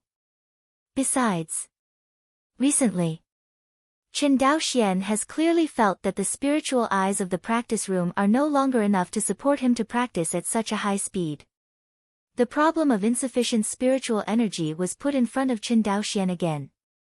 It has been 3 months since I returned to Shuanghu Island. Qin Daoxian didn't rest for a day, and the busy time every day was more terrifying than working overtime in the factory in his previous life. At least in the previous life, I worked overtime and had time to sleep. And now Qin Daoxian is busy every day except for his daily practice. During the daytime, he spent about 5 hours in the Feijian factory making red shadow flying swords. By evening, after he checked the work of Chen Ji and others, he returned to the cave to personally teach Chen's 8 immortal seedlings to practice, and it would take him another 2 or 3 hours. In addition, the 4 hours of practice every day are unstoppable. Every day is full of schedules, and there is no gap. However, watching the family grow and grow little by little in his hands, this kind of satisfaction is also difficult for outsiders to understand. In addition to the stable daily Feijian production of Feijian factory, what excites Qin Daoxian the most during this period is that Qin Daochu is actually an immortal seedling of Shenglingen. Calculated this way. Although there are only 11 monks in the Qin family, they have 3 spiritual roots. I have to say, very lucky. Normally, if you want to give birth to 3 spiritual root cultivators, at least dozens of spiritual root cultivators are possible. The end of the night of practice. Qin Daoxian stood up and walked outside the cave. Out of the cave. Seeing that the 8 immortal seedlings of the Qin family were already practicing swordsmanship in the small square outside the cave, Qin Daoxian did not bother and flew directly towards Sequoia Island. That's right. He was absent from work today and did not go to the Feijian factory. Because he had already contacted Luo Li of the Mare people yesterday, today is the day when he traded with the Mare people for the second time. The deal is significantly larger than the first rush transaction. Not only that. The last time Qin Daoxian handed over a picture book of rare treasures such as spirit mines, spirit medicines, etc. to the merman, I think there should be a lot of unexpected gains this time. The worst thing is to ask the merman to buy a batch of water spirit beads. After so long with Shui Linghu's auxiliary training, he felt that he could not do without this thing. After all, after feeling the charm of high-speed cultivation, who wants to return to the slow cultivation state of the past? Qin Daoxian estimated. If his cultivation resources such as water spirit beads and spirit pills remain abundant, he is sure to reach the 9th level of qi refining before the age of 20. Although compared with Zhou Mubai's 21-year-old foundation building, there is still a gap. But if this cultivation speed is put into the group of loose cultivators and the children of small families, it is estimated that it can scare others silly. Sequoia Island. Compared with the slightly more complex terrain such as Shuanghu Island plains, lakes, and mountains, the pattern of Sequoia Island is much clearer. There is only a large plain and freshwater lakes, and the entire island seems to have not much scenery except for a large redwood forest. If such an island is placed on the earth, it must be a treasure island. The island is rich in land resources, rich in forest resources and abundant in freshwater resources, making it very suitable for human habitation. But in this world, if there is no spiritual vein, it is destined to become a deserted island. Qin Daoxian came to this island again. Look around. He flew towards the north side of the island.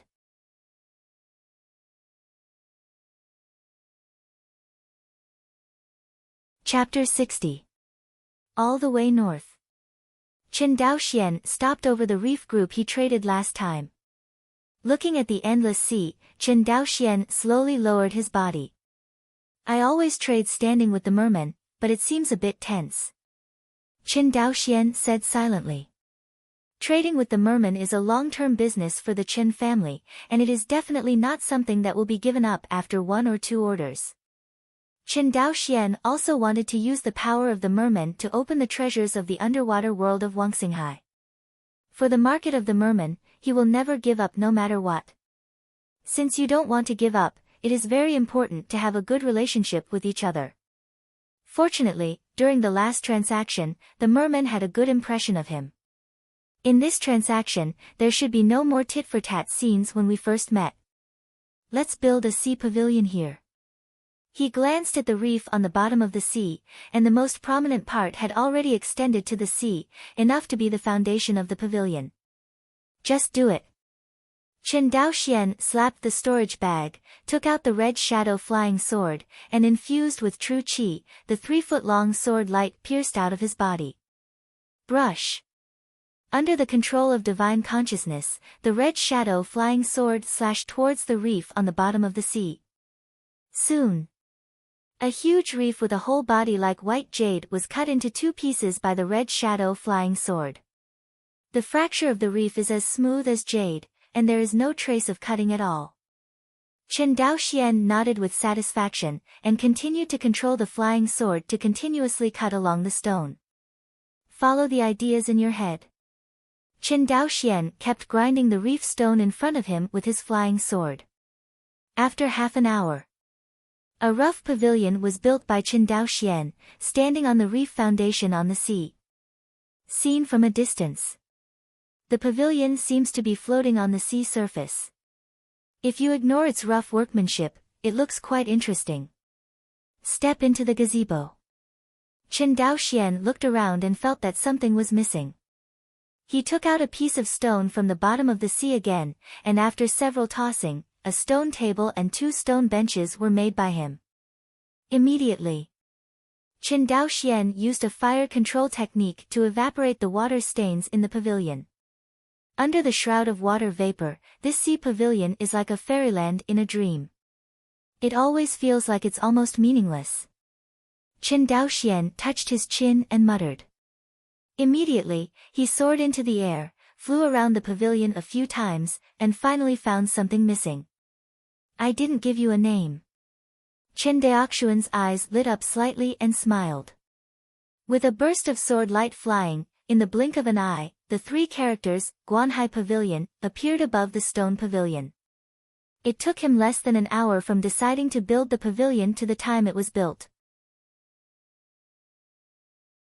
This kind of work efficiency, even in the previous life, is extremely terrifying. But Chen Daoxian knew that this was the power of a monk.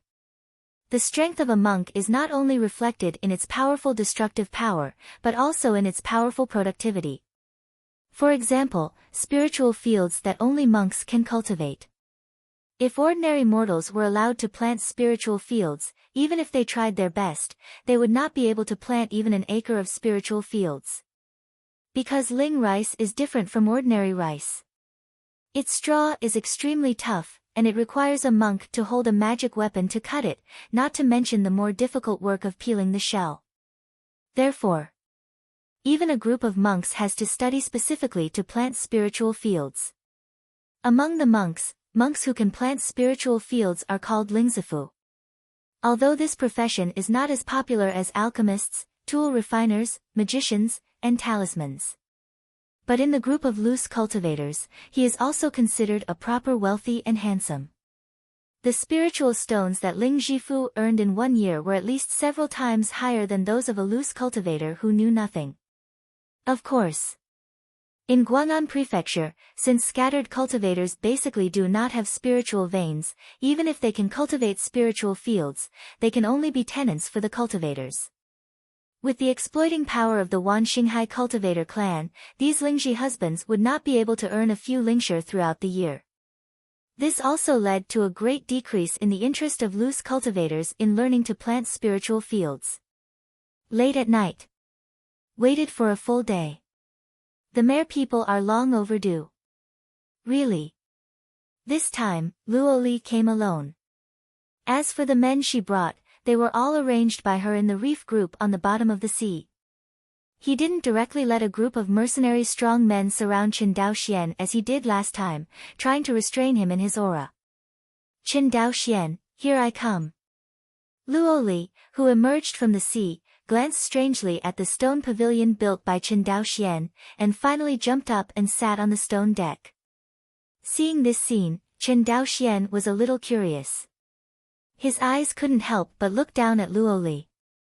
Who knows, before he could see clearly, he was caught by the other party. I saw Luoli looked at him strangely, tilted his head and said, "What are you looking at?" Cough, "It's nothing," Chen Daoxian covered up embarrassedly, and then said with a smile, "We meet again, Miss Luoli." Seeing him like this, Luoli murmured in her heart, but she didn't ask too much. Immediately thinking of something, she glanced at the pavilion, looked at Chen Daoxian, and said, "You built this pavilion?" "Right." Chen Daoxian nodded. "It's ugly." Hearing this, Chen Daoxian showed an embarrassed but polite smile on his face. Seeing him like this, Luoli covered her mouth and laughed lightly. "However, you are very attentive. Naturally you have to be careful, after all, your merman is a big customer of my Chen family," Chen Daoxian said with a smile. After a few polite words, Chen Daoxian stepped into the topic and said, "Miss Luo, I don't know how many flying swords you plan to buy this time." Hearing Chen Daoxian talking about business affairs, Luo Li also sat up nervously. "Of course, the more the merrier. The weapons you sold to us last time are very good, but the number is a little too small. This time we are going to buy more weapons." After a pause, she added, "We want as much as we want." Hearing these inhuman words, Chen Daoxian couldn't help being elated. "Indulge for a moment." Chen Daoxian patted the storage bag. I saw a mouthful of flying swords overflowing with inspiration, piled up in the pavilion, until it became a hill. Seeing the flying sword under her feet, Luo Li's beautiful eyes overflowed with a small fortune fan who seemed greedy when she saw the gold ingot. She took a deep breath and said, "This time there are more flying swords than the last time." "That's right," Chen Daoxian nodded, "this time we have more time to prepare, plus sufficient materials. The number is indeed several times more than last time. There are a total of 350 flying swords here." Hearing this, Luo Li's pretty face flashed a hint of embarrassment. "What's the matter? Is there something wrong with Miss Luo?" Chen Daoxian saw a strange expression on her face, and said with a concerned gesture. Luo Li shook his head, and then said, "By the way, didn't you say last time that you can use spirit ore to offset the bill? This time we may not have enough spirit stones. Let's see if we can use spirit ore to pay for it." At the end, Luo Li's voice became lower and lower. Chen Daoxuan's heart sank when he heard this. This time, he also counted on quickly earning enough 100,000 spirit stones from the merman, and returning to Shuanghu Island to cultivate spirit veins. Unexpectedly, things seemed to have taken a new turn. Thinking of this, he said calmly, "I wonder how many spirit stones Miss Luo can take out this time."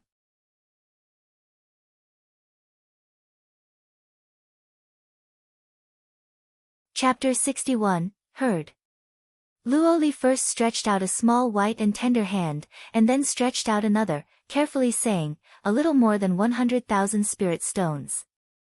Hear this. Chen Daoxian heaved a sigh of relief. "Enough. There are 100,000 spirit stones. There are still 2,000 spirit stones in the Chen family's treasury, and these 100,000 spirit stones are enough to cultivate a spirit vein for the Chen family." Thinking of this, Chen Daoxian said in a relaxed tone, "Of course there is no problem. I don't know what kind of spiritual or Miss Luo brought." Seeing that Chen Daoxian was not angry, he looked kind and easy to talk. Luo Li was even more fond of him in her heart, but she felt a little embarrassed. I saw her lips parted lightly, and a melodious song came out of her small mouth. Soon, one after another, the mermen emerged from the sea, and they were the men brought by Luo Li. Like last time, these mermen were all holding huge white shells. Inside the white shells are spirit stones, spirit mines, spirit beads and other rare and precious treasures. Luo Li turned her back and clapped her hands to the clansmen in the sea. The mermen lined up in a row and opened the white giant shells in their hands together. In the next second, the sea surface was filled with light, dazzling people's eyes. Looking at these spirit stones and spirit mines in front of him, Chen Daoxian only felt his blood surging all over his body, and his face flushed slightly. Seeing his unpromising appearance, Luo Li's pretty face couldn't help showing a hint of smugness, and she finally didn't have to feel ashamed for her just gaffe. Thinking of this, Luo Li happily introduced, "This is the Guishui fine gold you mentioned last time. It is this kind of stone that our people have mined the most during this time." Qin Daoxian looked in the direction of Luo Li's finger. The Guishui concentrate gold mines the size of an adult's fist are piled up in the white giant shells, exuding an amazing aura. On the side, Luo Li continued to introduce, "This is another kind of stone we found on the bottom of the sea. Red copper mine." For Qin Daoxian, who owned red copper ore veins in his family, he was familiar with this kind of spiritual ore. As a first-order spiritual ore, copper ore is widely distributed in Wangxinghai and Xianyunzhu, second only to mysterious ore such as black iron ore. Qin Daoxian is not too surprised that there is such a spiritual mine on the bottom of the sea. "Yes, it's copper ore." Luo Li nodded, "This kind of copper ore is the raw material for your weapons, right? Even though the mermen don't know how to refine tools, they still have the ability to distinguish auras. After all, they also possess spiritual consciousness." "Yes." Qin Daoxian nodded unabashedly. For his sincere attitude, Luo Li nodded with satisfaction, and said, "Since this kind of stone is the raw material for your weapons, the price should be high. Tell me, how much should it be worth?" Luo Li immediately put on the appearance of a little money fan. Qin Daoxian frowned and said, "In Guang'an Prefecture, the price of red copper ore is 3 spirit stones per pound. What price do you think is appropriate to sell it to me?" "What?" Hearing the price, Luo Li was a little dumbfounded. How could this be? Guishui Jingji Mingming can change a weapon with just a few pieces. Why is this stone so cheap? The price difference between the two is dozens of times. This made Luo Li wonder if Qin Daoxian was deceiving himself. Seeing that Luo Li didn't speak, Qin Daoxian coughed and explained, "Miss Luo Li, do you know how difficult it is for our human race to refine a weapon?" As he said that, he sighed, "Let's just say that the lowest level, the first-order low-grade flying sword, also requires me, a cultivator who is proficient in refining, to spend a full 7 days to complete it. Your merman mining shouldn't be so hard, right?" "What?" Hearing that it takes 7 days to refine a weapon, Luo Li was at a loss for words. "It's too hard work. In this way, it is much easier for their clan to mine." Thinking of this, Luo Li felt a little embarrassed. After all, she also knows that digging stones is not technical, but a labor of strength. And male sharks are not like female sharks, they can also raise spirit shells. Male sharks can't do anything, and they only have stupid strength. In this way, their mermen can exchange for the weapons of the Qin family with just a little effort, which is a huge profit. Seeing the shame on Luo Li's face, Qin Daoxian heaved a sigh of relief. It's so dangerous, this girl is actually enlightened. He just deliberately ignored the value of the spirit or itself, and shifted the perspective of value to the labor that both parties paid. It can be said that it is a sophistry.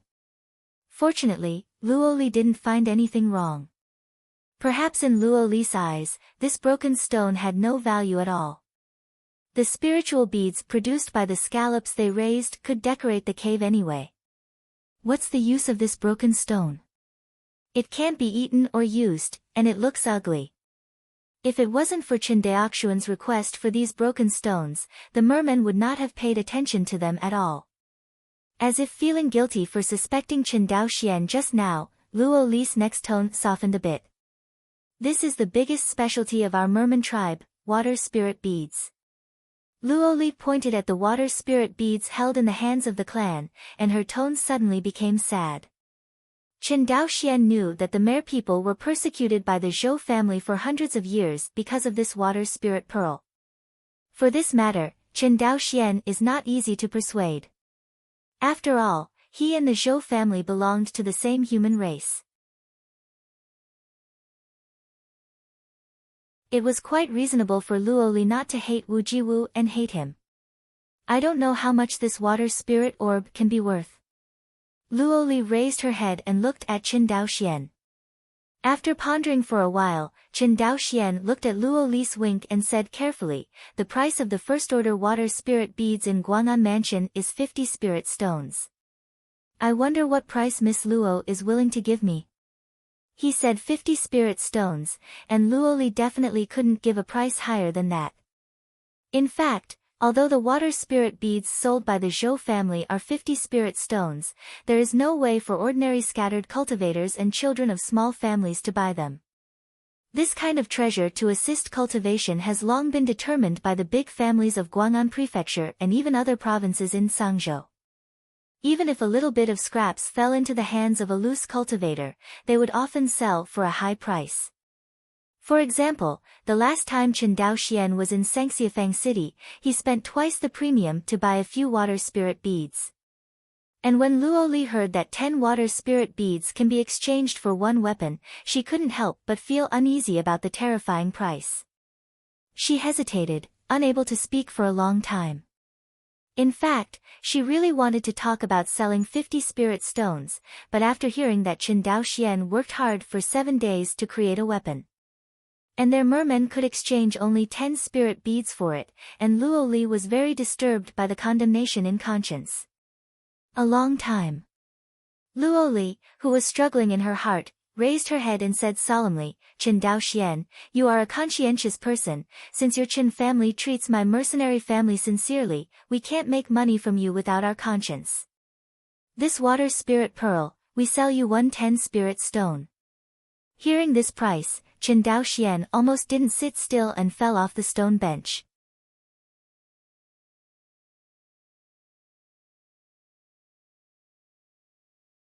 Chapter 62. This. Qin Daoxian knew that he seemed to be fooling this silly girl. Seeing the sincere look on Luo Liqiu's face, Qin Daoxian couldn't help feeling a little guilty.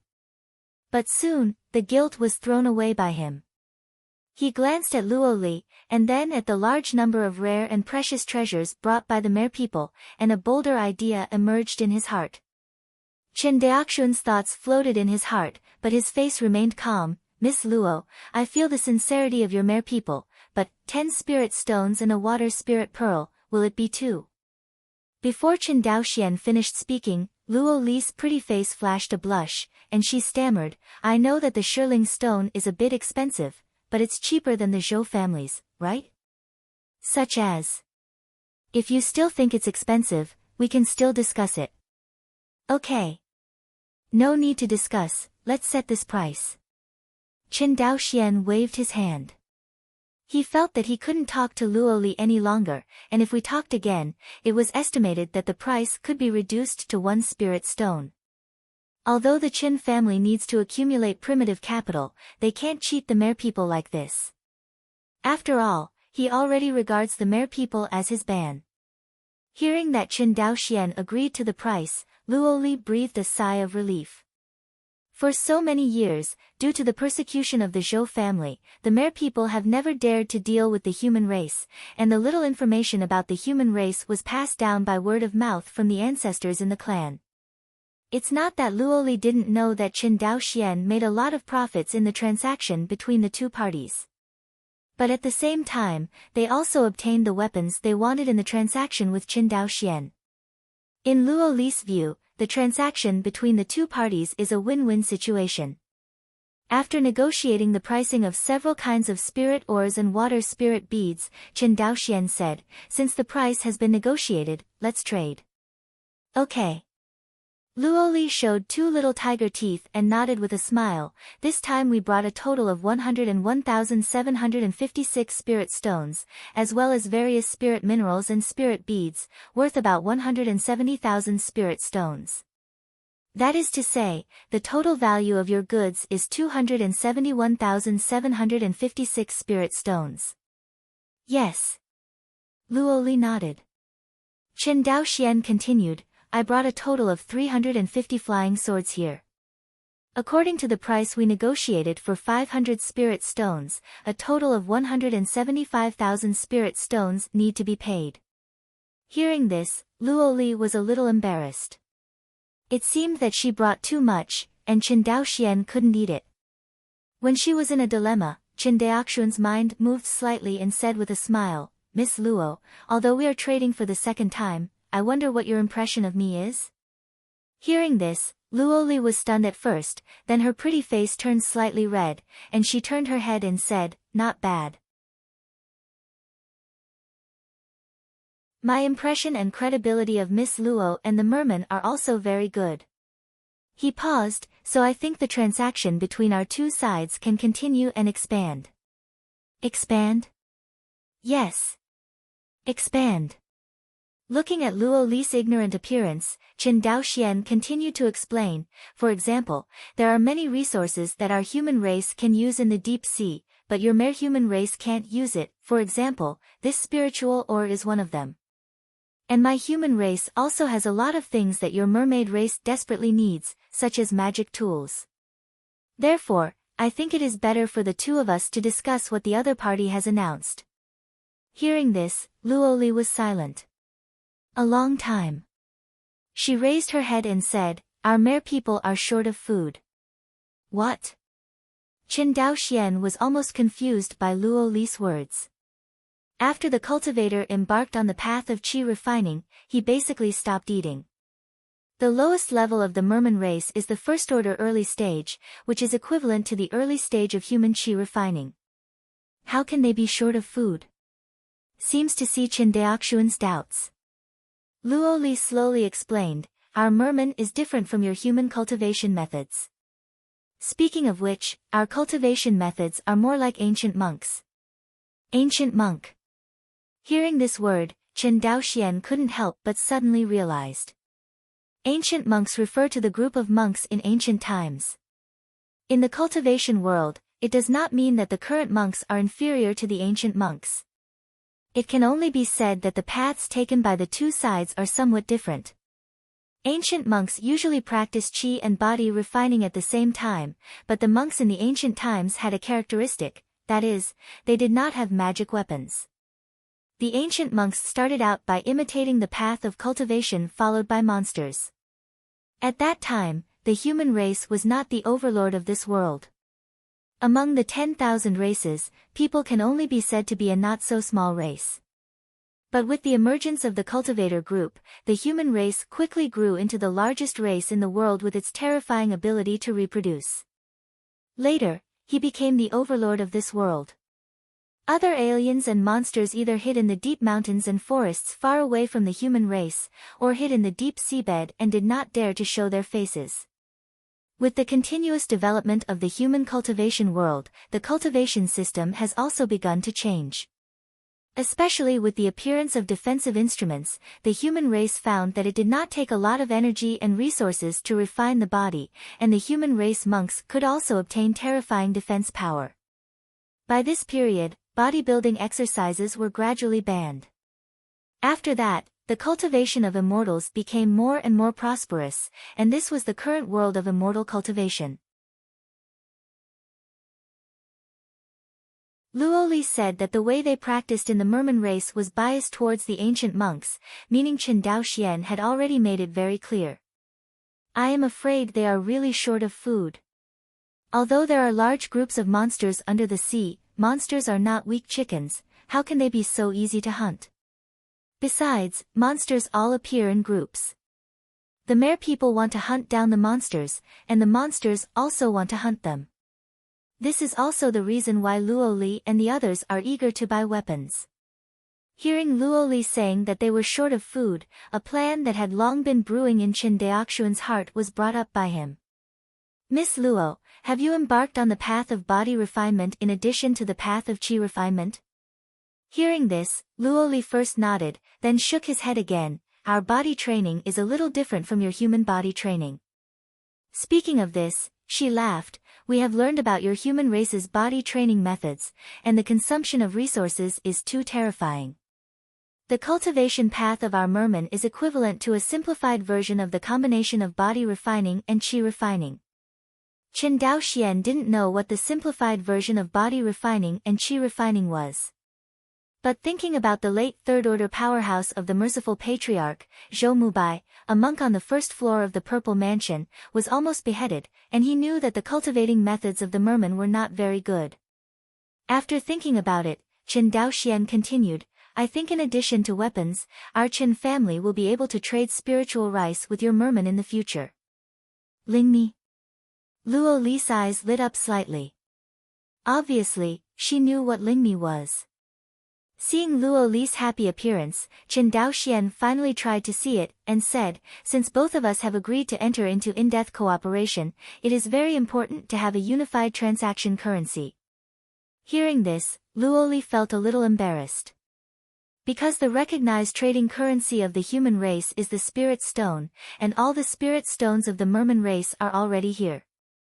Seeing Luo Li's embarrassed look, Qin Daoxian said with a smile, actually, it doesn't matter if you don't have spirit stones.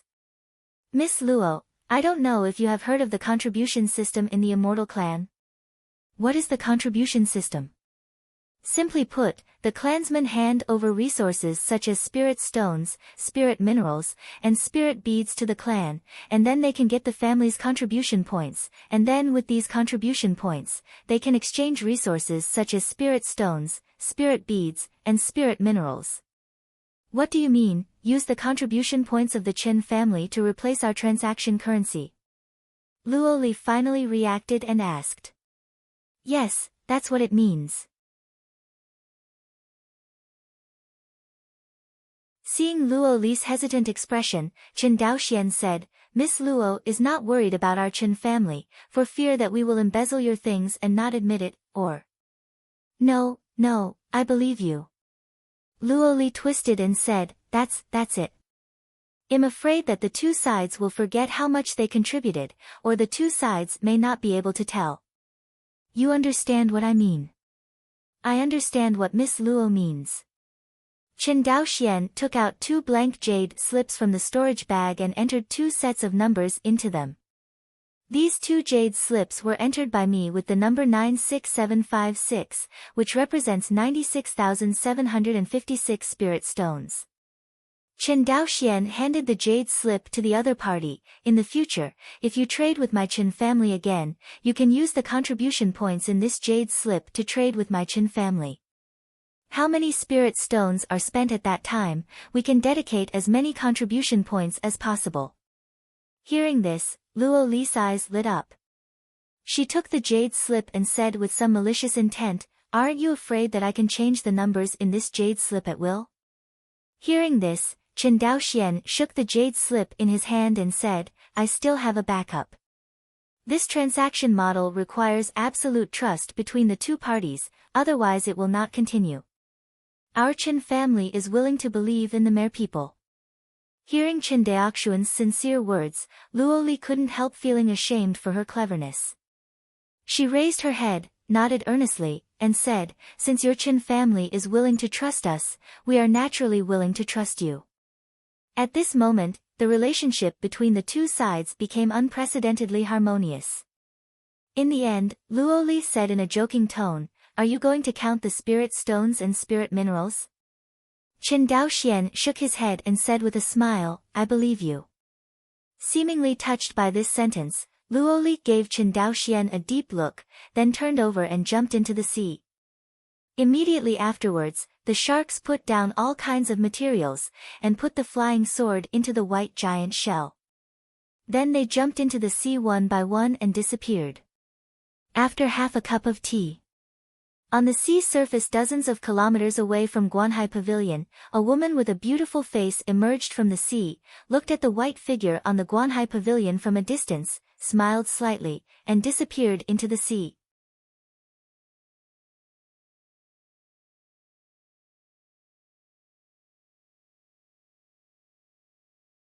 Chapter 63. Back to Shuanghu Island. The sky was already white with fish belly.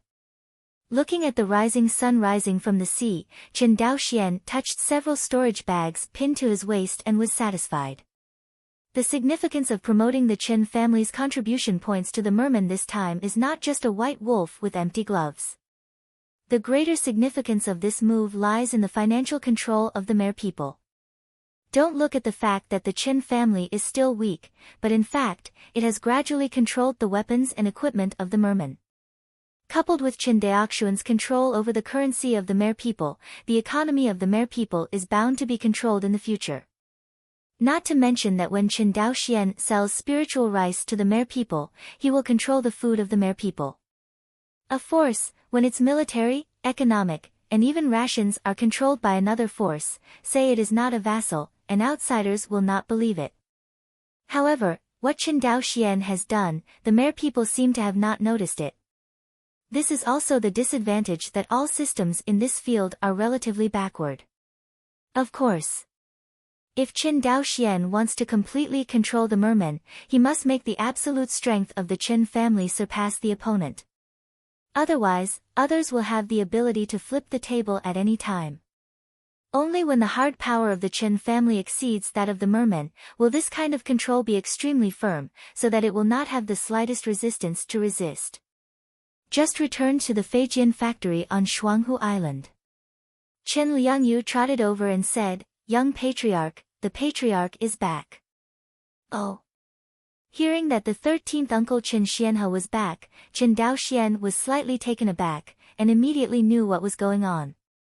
It must be that the Hongyin Feijian shop in Guang'an Prefecture was too busy, and the 50 Feijian he brought with him were sold out.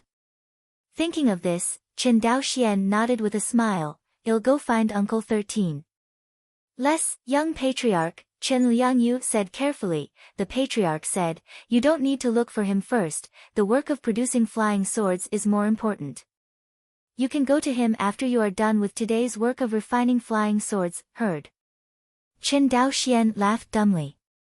He knew that Qin Xianhe was very happy when he learned that the family had 9 more immortal seedlings. Because of the spiritual eyes of the family, it is impossible to support so many cultivators of the Qin family. Now it has become an urgent matter to cultivate a spiritual vein for the Qin family. Finish today's work. Qin Daoxian put the 5 freshly refined flying swords into the storage bag, and then used the wind-fighting technique to fly towards Qin Xian's cave in the Red Copper Mountains.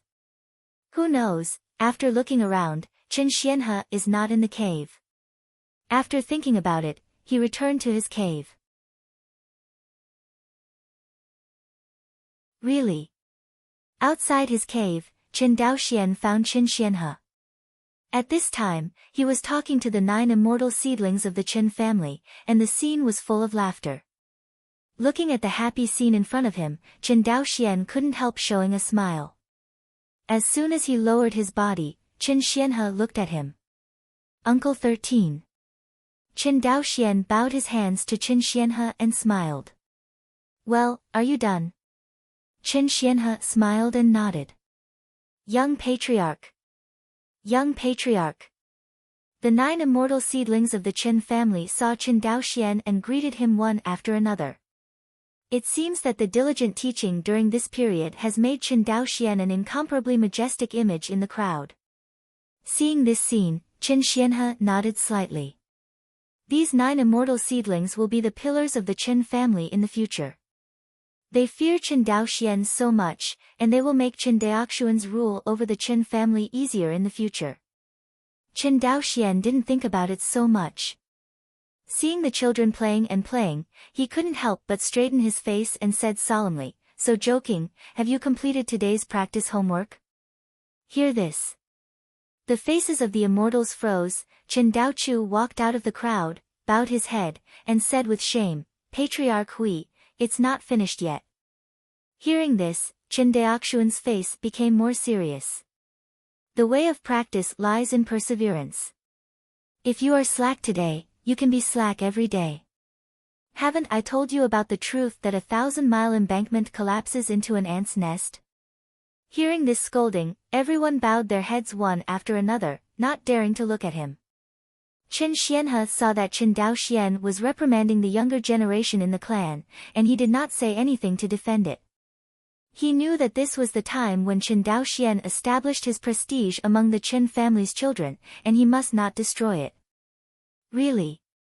After being reprimanded by Qin Daoxian, everyone bowed their heads and admitted their mistakes, and honestly ran to complete today's practice homework. See this scene. Chen Xianhe said with a smile, compared to me, you are much stricter in controlling these little guys. No way, Chen Daoxian shook his head with a smile, these little guys just like to play, except for the three little guys, Chen Daochu, Chen Daoyan, and Chen Daolin, who are a little calmer. If the others don't care, they are usually like happy rabbits.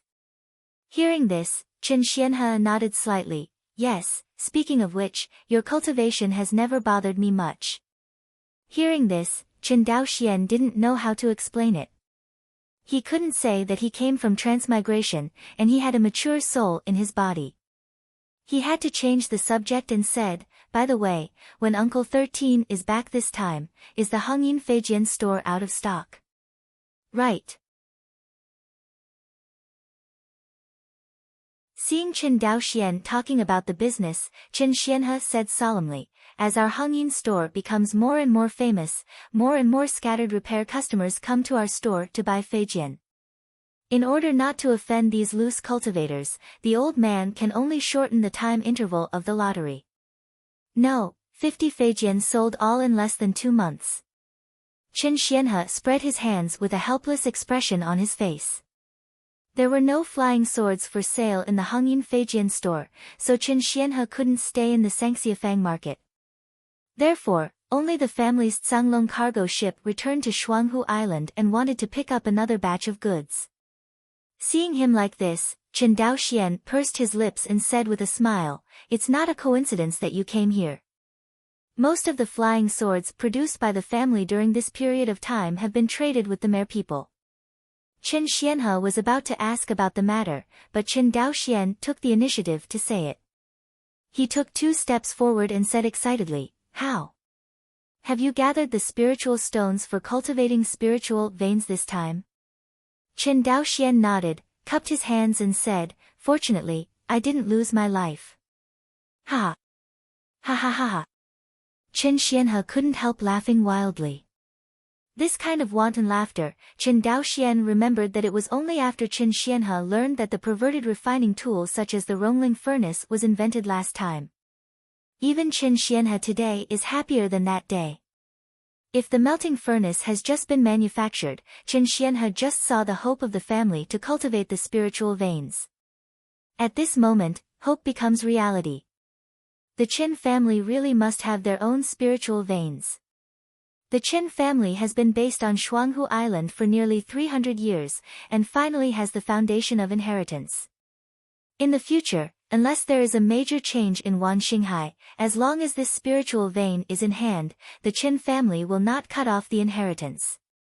This made Chen Xianhe, who had a long-cherished wish, not excited. Chen Xianhe is a little regretful now, and if he knew it, he would have Chen Daoxian come to him earlier. But after thinking about it, it was not too late to know at this time, so he grabbed Chen Daoxuan's hand and said, come on, tell me about the transaction with the Mer people. Okay. Chen Daoxian smiled and walked into the cave with Chen Xianhe. Outside the cave, Chen Shixianmiao was still practicing swordsmanship while shouting. In Chongping County, a woman from the Izumo country who was married to a woman caressed her slightly bulging belly. The entire Shuanghu Island presents a vibrant scene.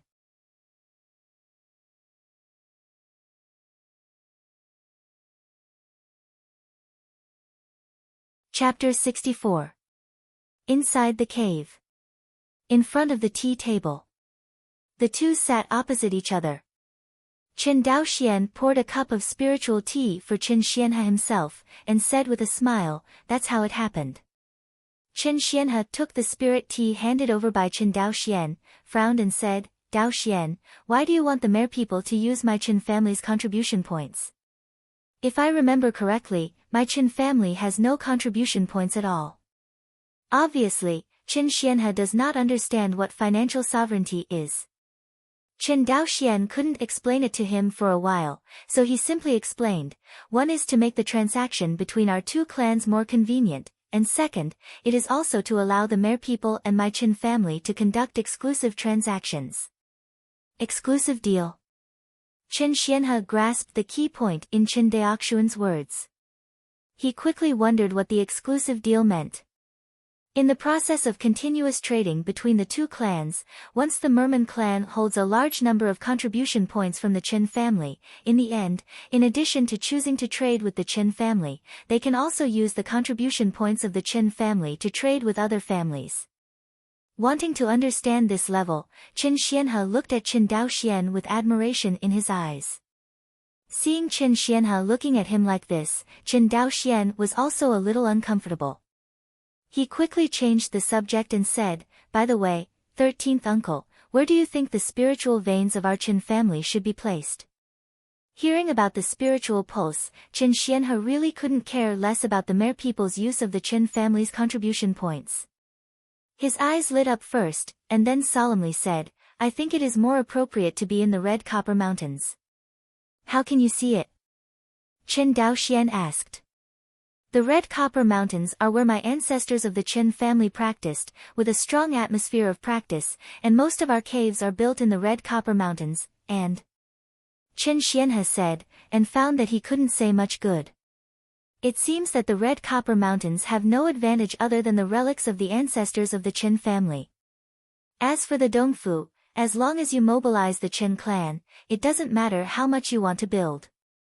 After thinking about it for a long time, seeing Chen Daoxian looking at him comfortably at the old god, Chen Xianhe felt a little angry, and said, "Okay, don't sell it, where do you think it is suitable to build the spiritual vein?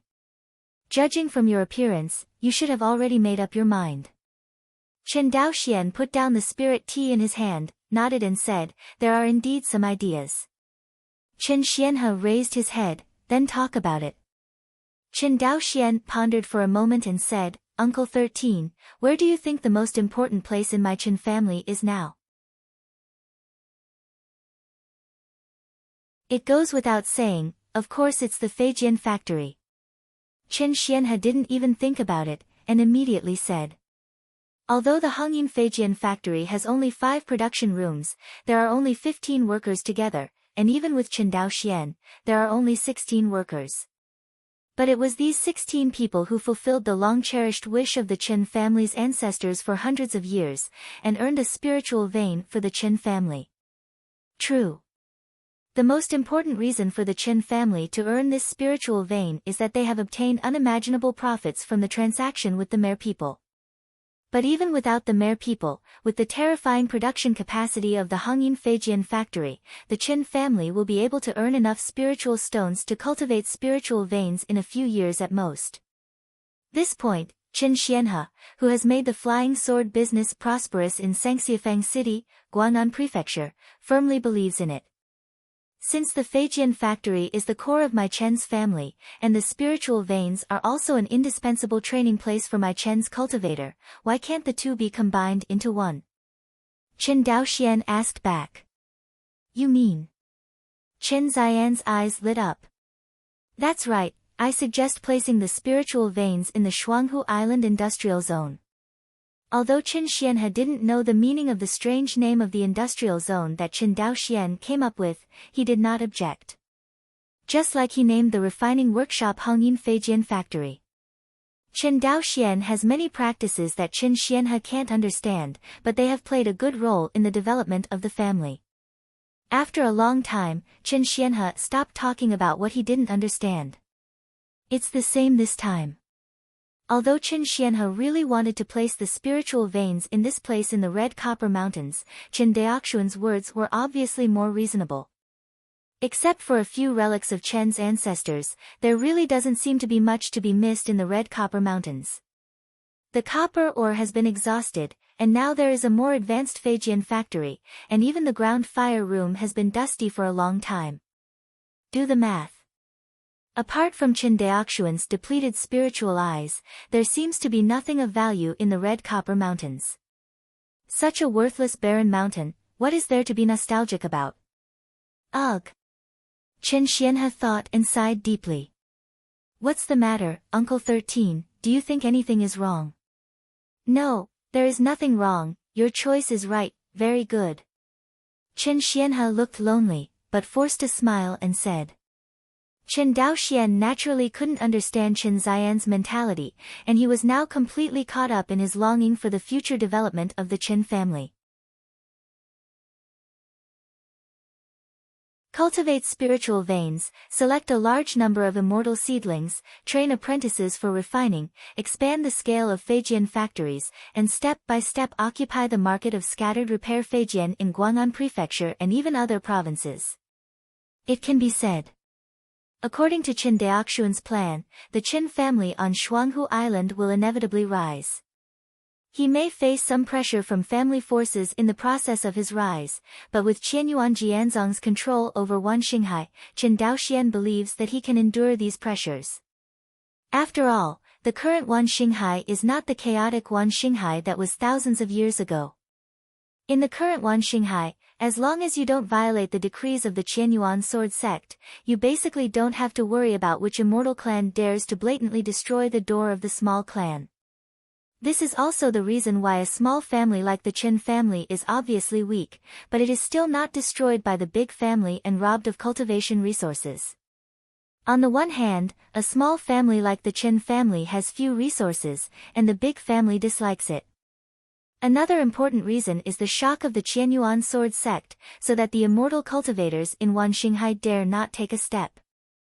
Not long after Qianyuan Jianzong dominated Wan Xinghai, there was a nascent soul family who didn't believe in this evil, but relying on their strength, they destroyed a whole family of foundation-building families, and even the others' ordinary clansmen were not spared. For this reason, Qianyuan Jianzong was furious, and the previous suzerain took action personally, beheading Yuanying Zhenjuan of the Yuanying family, and beheading all the cultivators of his family.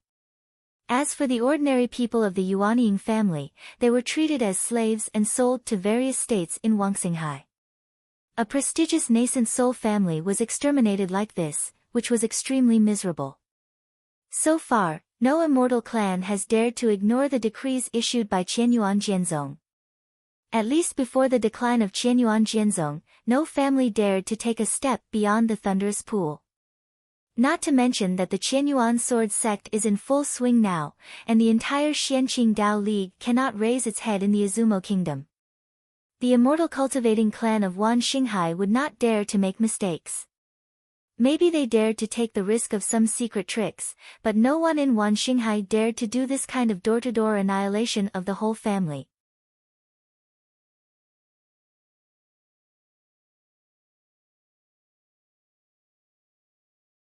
Chapter 65, Saw Qin Daoxuan's excited look. The loneliness on Qin Ziyan's face quickly subsided, he smiled mysteriously, and said, "Dao Xian, guess what I brought back this time?" "What?" Qin Daoxian said curiously. Hearing the words, Qin Xianhe didn't speak. He patted the storage bag with his hand, and a jade bottle with a whole body of emerald green appeared on the tea table. "This is..." Qin Daoxian took the jade bottle on the table, opened the seal of the jade bottle, and a strange fragrance came out. "Tong Mai Dan." Looking at the round pale yellow medicinal pill in the jade bottle, Qin Daoxian said in surprise.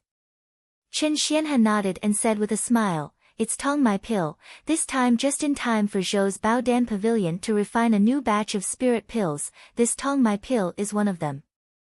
Although Tong Mai pill is only a first-order elixir, because it is an elixir for immortal seedlings to cross the mortal realm, among all first-order elixir, this elixir is the most expensive. In Guang'an Prefecture, the market price of a Tong Mai Dan is generally 500 spirit stones. And it depends on whether the medicine store has stock. In Guang'an Prefecture, the Zhou family is the largest elixir dealer, and in Zhou's Baodan Pavilion, there are all kinds of first-order elixir. For example, the spiritual pills for auxiliary practice and the spirit pills for detoxification and qi recovery, Zhou's Baodan Pavilion has been supplying them continuously for a long time.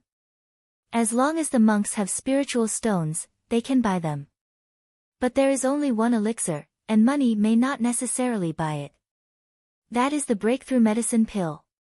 Breakthrough pills are generally divided into two types. One is an pill that assists in breaking through a small realm, such as this kind of elixir from the early stage of qi refining to the middle stage of qi refining. This kind of medicinal pill is generally a little more expensive than the auxiliary cultivation medicinal pill, but the price is limited, and it will not exceed double the price at most. On the other hand, the price of another great realm-breaking pill is terrifying.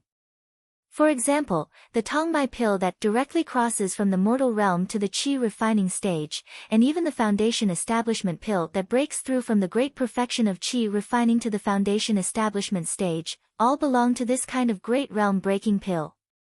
The price of this kind of medicine pill is generally more than 10 times that of the same level of auxiliary cultivation medicine pills, and it is often priceless. Tongmai Dan is a little better. After all, the medicinal materials and difficulty of refining it are not too high, and the supply is relatively sufficient.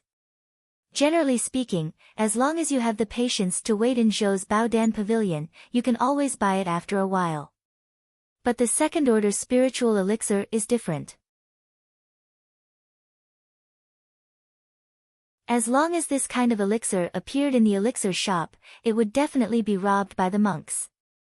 Therefore, the foundation establishment pill usually does not appear in the medicine pill shop, but is auctioned at the auction house. Basically, the minimum auction price for a foundation establishment pill also fluctuates between 30,000 and 40,000 spirit stones. If there are monks stuck at the time node of breaking through the foundation building, there are not a few people who go bankrupt to buy foundation building pills. At that time, it is difficult to say how much it will soar. In the history of Zhou's auction house, it is not unheard of for the 100,000 spirit stones to be auctioned for the foundation establishment pill. Of course, this level of sky-high price is rarely seen. Usually, a monk prepares 50,000 spirit stones, which is enough to buy a foundation pill. In the final analysis, a foundation building cultivator is still inferior to the spiritual veins that can be passed on to the family from generation to generation. Not to mention that if the monks use the foundation establishment pill, there is a risk of failure to establish the foundation. For the major forces, the value of the foundation establishment pill can't compare to the strategic resource of the spiritual vein. Otherwise, the Zhou family would not be willing to auction the foundation establishment pill, but they would never sell spiritual veins to the public. Playing with the jade bottle in his hand, Chen Daoxian was full of joy. He and his 13th uncle Chen Xianhe really had a good heart. He had just prepared the spiritual stone for cultivating the spiritual veins, and Chen Xianhe sent the Tongmai pill. Thus, these 9 immortal seedlings of the Chen family can quickly cross the mortal realm and officially enter the qi refining period. Chen's immortal Miao entered the qi refining period, not only adding 9 qi refining monks to the Chen family, but the greater significance is that Chen Daoxian can teach them to refine weapons. Once Chen's immortal Miao masters even the most basic method of refining the red shadow flying sword, the Feijian factory will usher in a new round of expansion. By the time, the production capacity of the Hongyin Feijian factory is bound to skyrocket.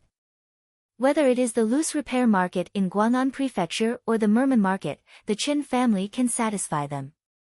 Unlike now, they patronize the Merman market, but the Chen family is unable to occupy the broader scattered repair market in Guang'an Prefecture. Unfortunately, there are only 5 Tongmai pills here, only enough for 5 people to break through to the qi refining stage. Chen Daoxian is a little bit insufferable. Hearing this, Chen Xianhe said angrily, Chen Daoyuan is only 5 years old, and there are a few other boys who are only 6 or 7 years old. Do you expect such a young child to break through the qi refining period, and after learning the refining process with you, he will enter the Feijian factory to work? Ah! Chen Daoxian choked for a while. Patronizing the expansion of the scale and production capacity of the Feijian factory, but ignoring the age of Chen Jiaxianmiao. Thinking of this, Chen Daoxian said, it's Daoxian who is too impatient. You! Chen Xianhe shook his head, I'm always so anxious, you know, since you took over the Chen family on Shuanghu Island, the family's development has been fast enough. When I came back this time, I could hardly believe that this was the Chen family when I saw the lively appearance of Changping County. Dao Xian, we immortals have a long lifespan, at least you have a long road ahead, so you don't have to fight for the day and night. Dao Xian has been taught. Qin Dao Xian respectfully bowed his hands. Indeed, as Qin Xianhe said, the crazy accumulation of money during this period of time has made Qin Dao Xian a little lost, and he only wants to continue to grow the Qin family, the sooner the better. But some things don't get better sooner. For example, there are only 1,000 children in the Qin clan, and there are only 9 immortal seedlings in the Qin clan. Together with him and his 13th uncle, there are only 11 monks. And the Izumo women who bought it back had their children yet to be born. The Qin family is now like a butterfly waiting to break out of its cocoon. Only after surviving this pre-dawn darkness will it usher in a real outbreak. Otherwise, even if Qin Dao Xian tried to collect more wealth for the Qin family, would they have enough monks to protect the Qin family? Obviously not. Although Qin Dao Xian asked himself that his strength was not weak among the cultivators in the Qi refining period, he was definitely not a match for the cultivators in the foundation building period. Not to mention the foundation building cultivators, even those 9th level Qi refining cultivators with top strength, as long as they can withstand the explosion of his 3 axes, Qin Dao Xian is basically not an opponent. Therefore, the Qin family is still very weak. Although this is Wan Xinghai, with the decree of Qianyuan Jianzong, it is not a peaceful environment in the past life after all. If the hard power of the Qin family is insufficient, they will still face great risks. For example, if the immortal clan really wanted to destroy the Qin family, they could use the hands of monsters. If Qianyuan Jianzong does not have enough evidence at that time, this matter will only be settled. After thinking about this layer, Qin Daoxuan's eyes gradually became clearer. He cupped his hands and said, "Uncle 13, don't worry, I will definitely not let the cultivators in the clan drop their cultivation. It would be nice if you knew that."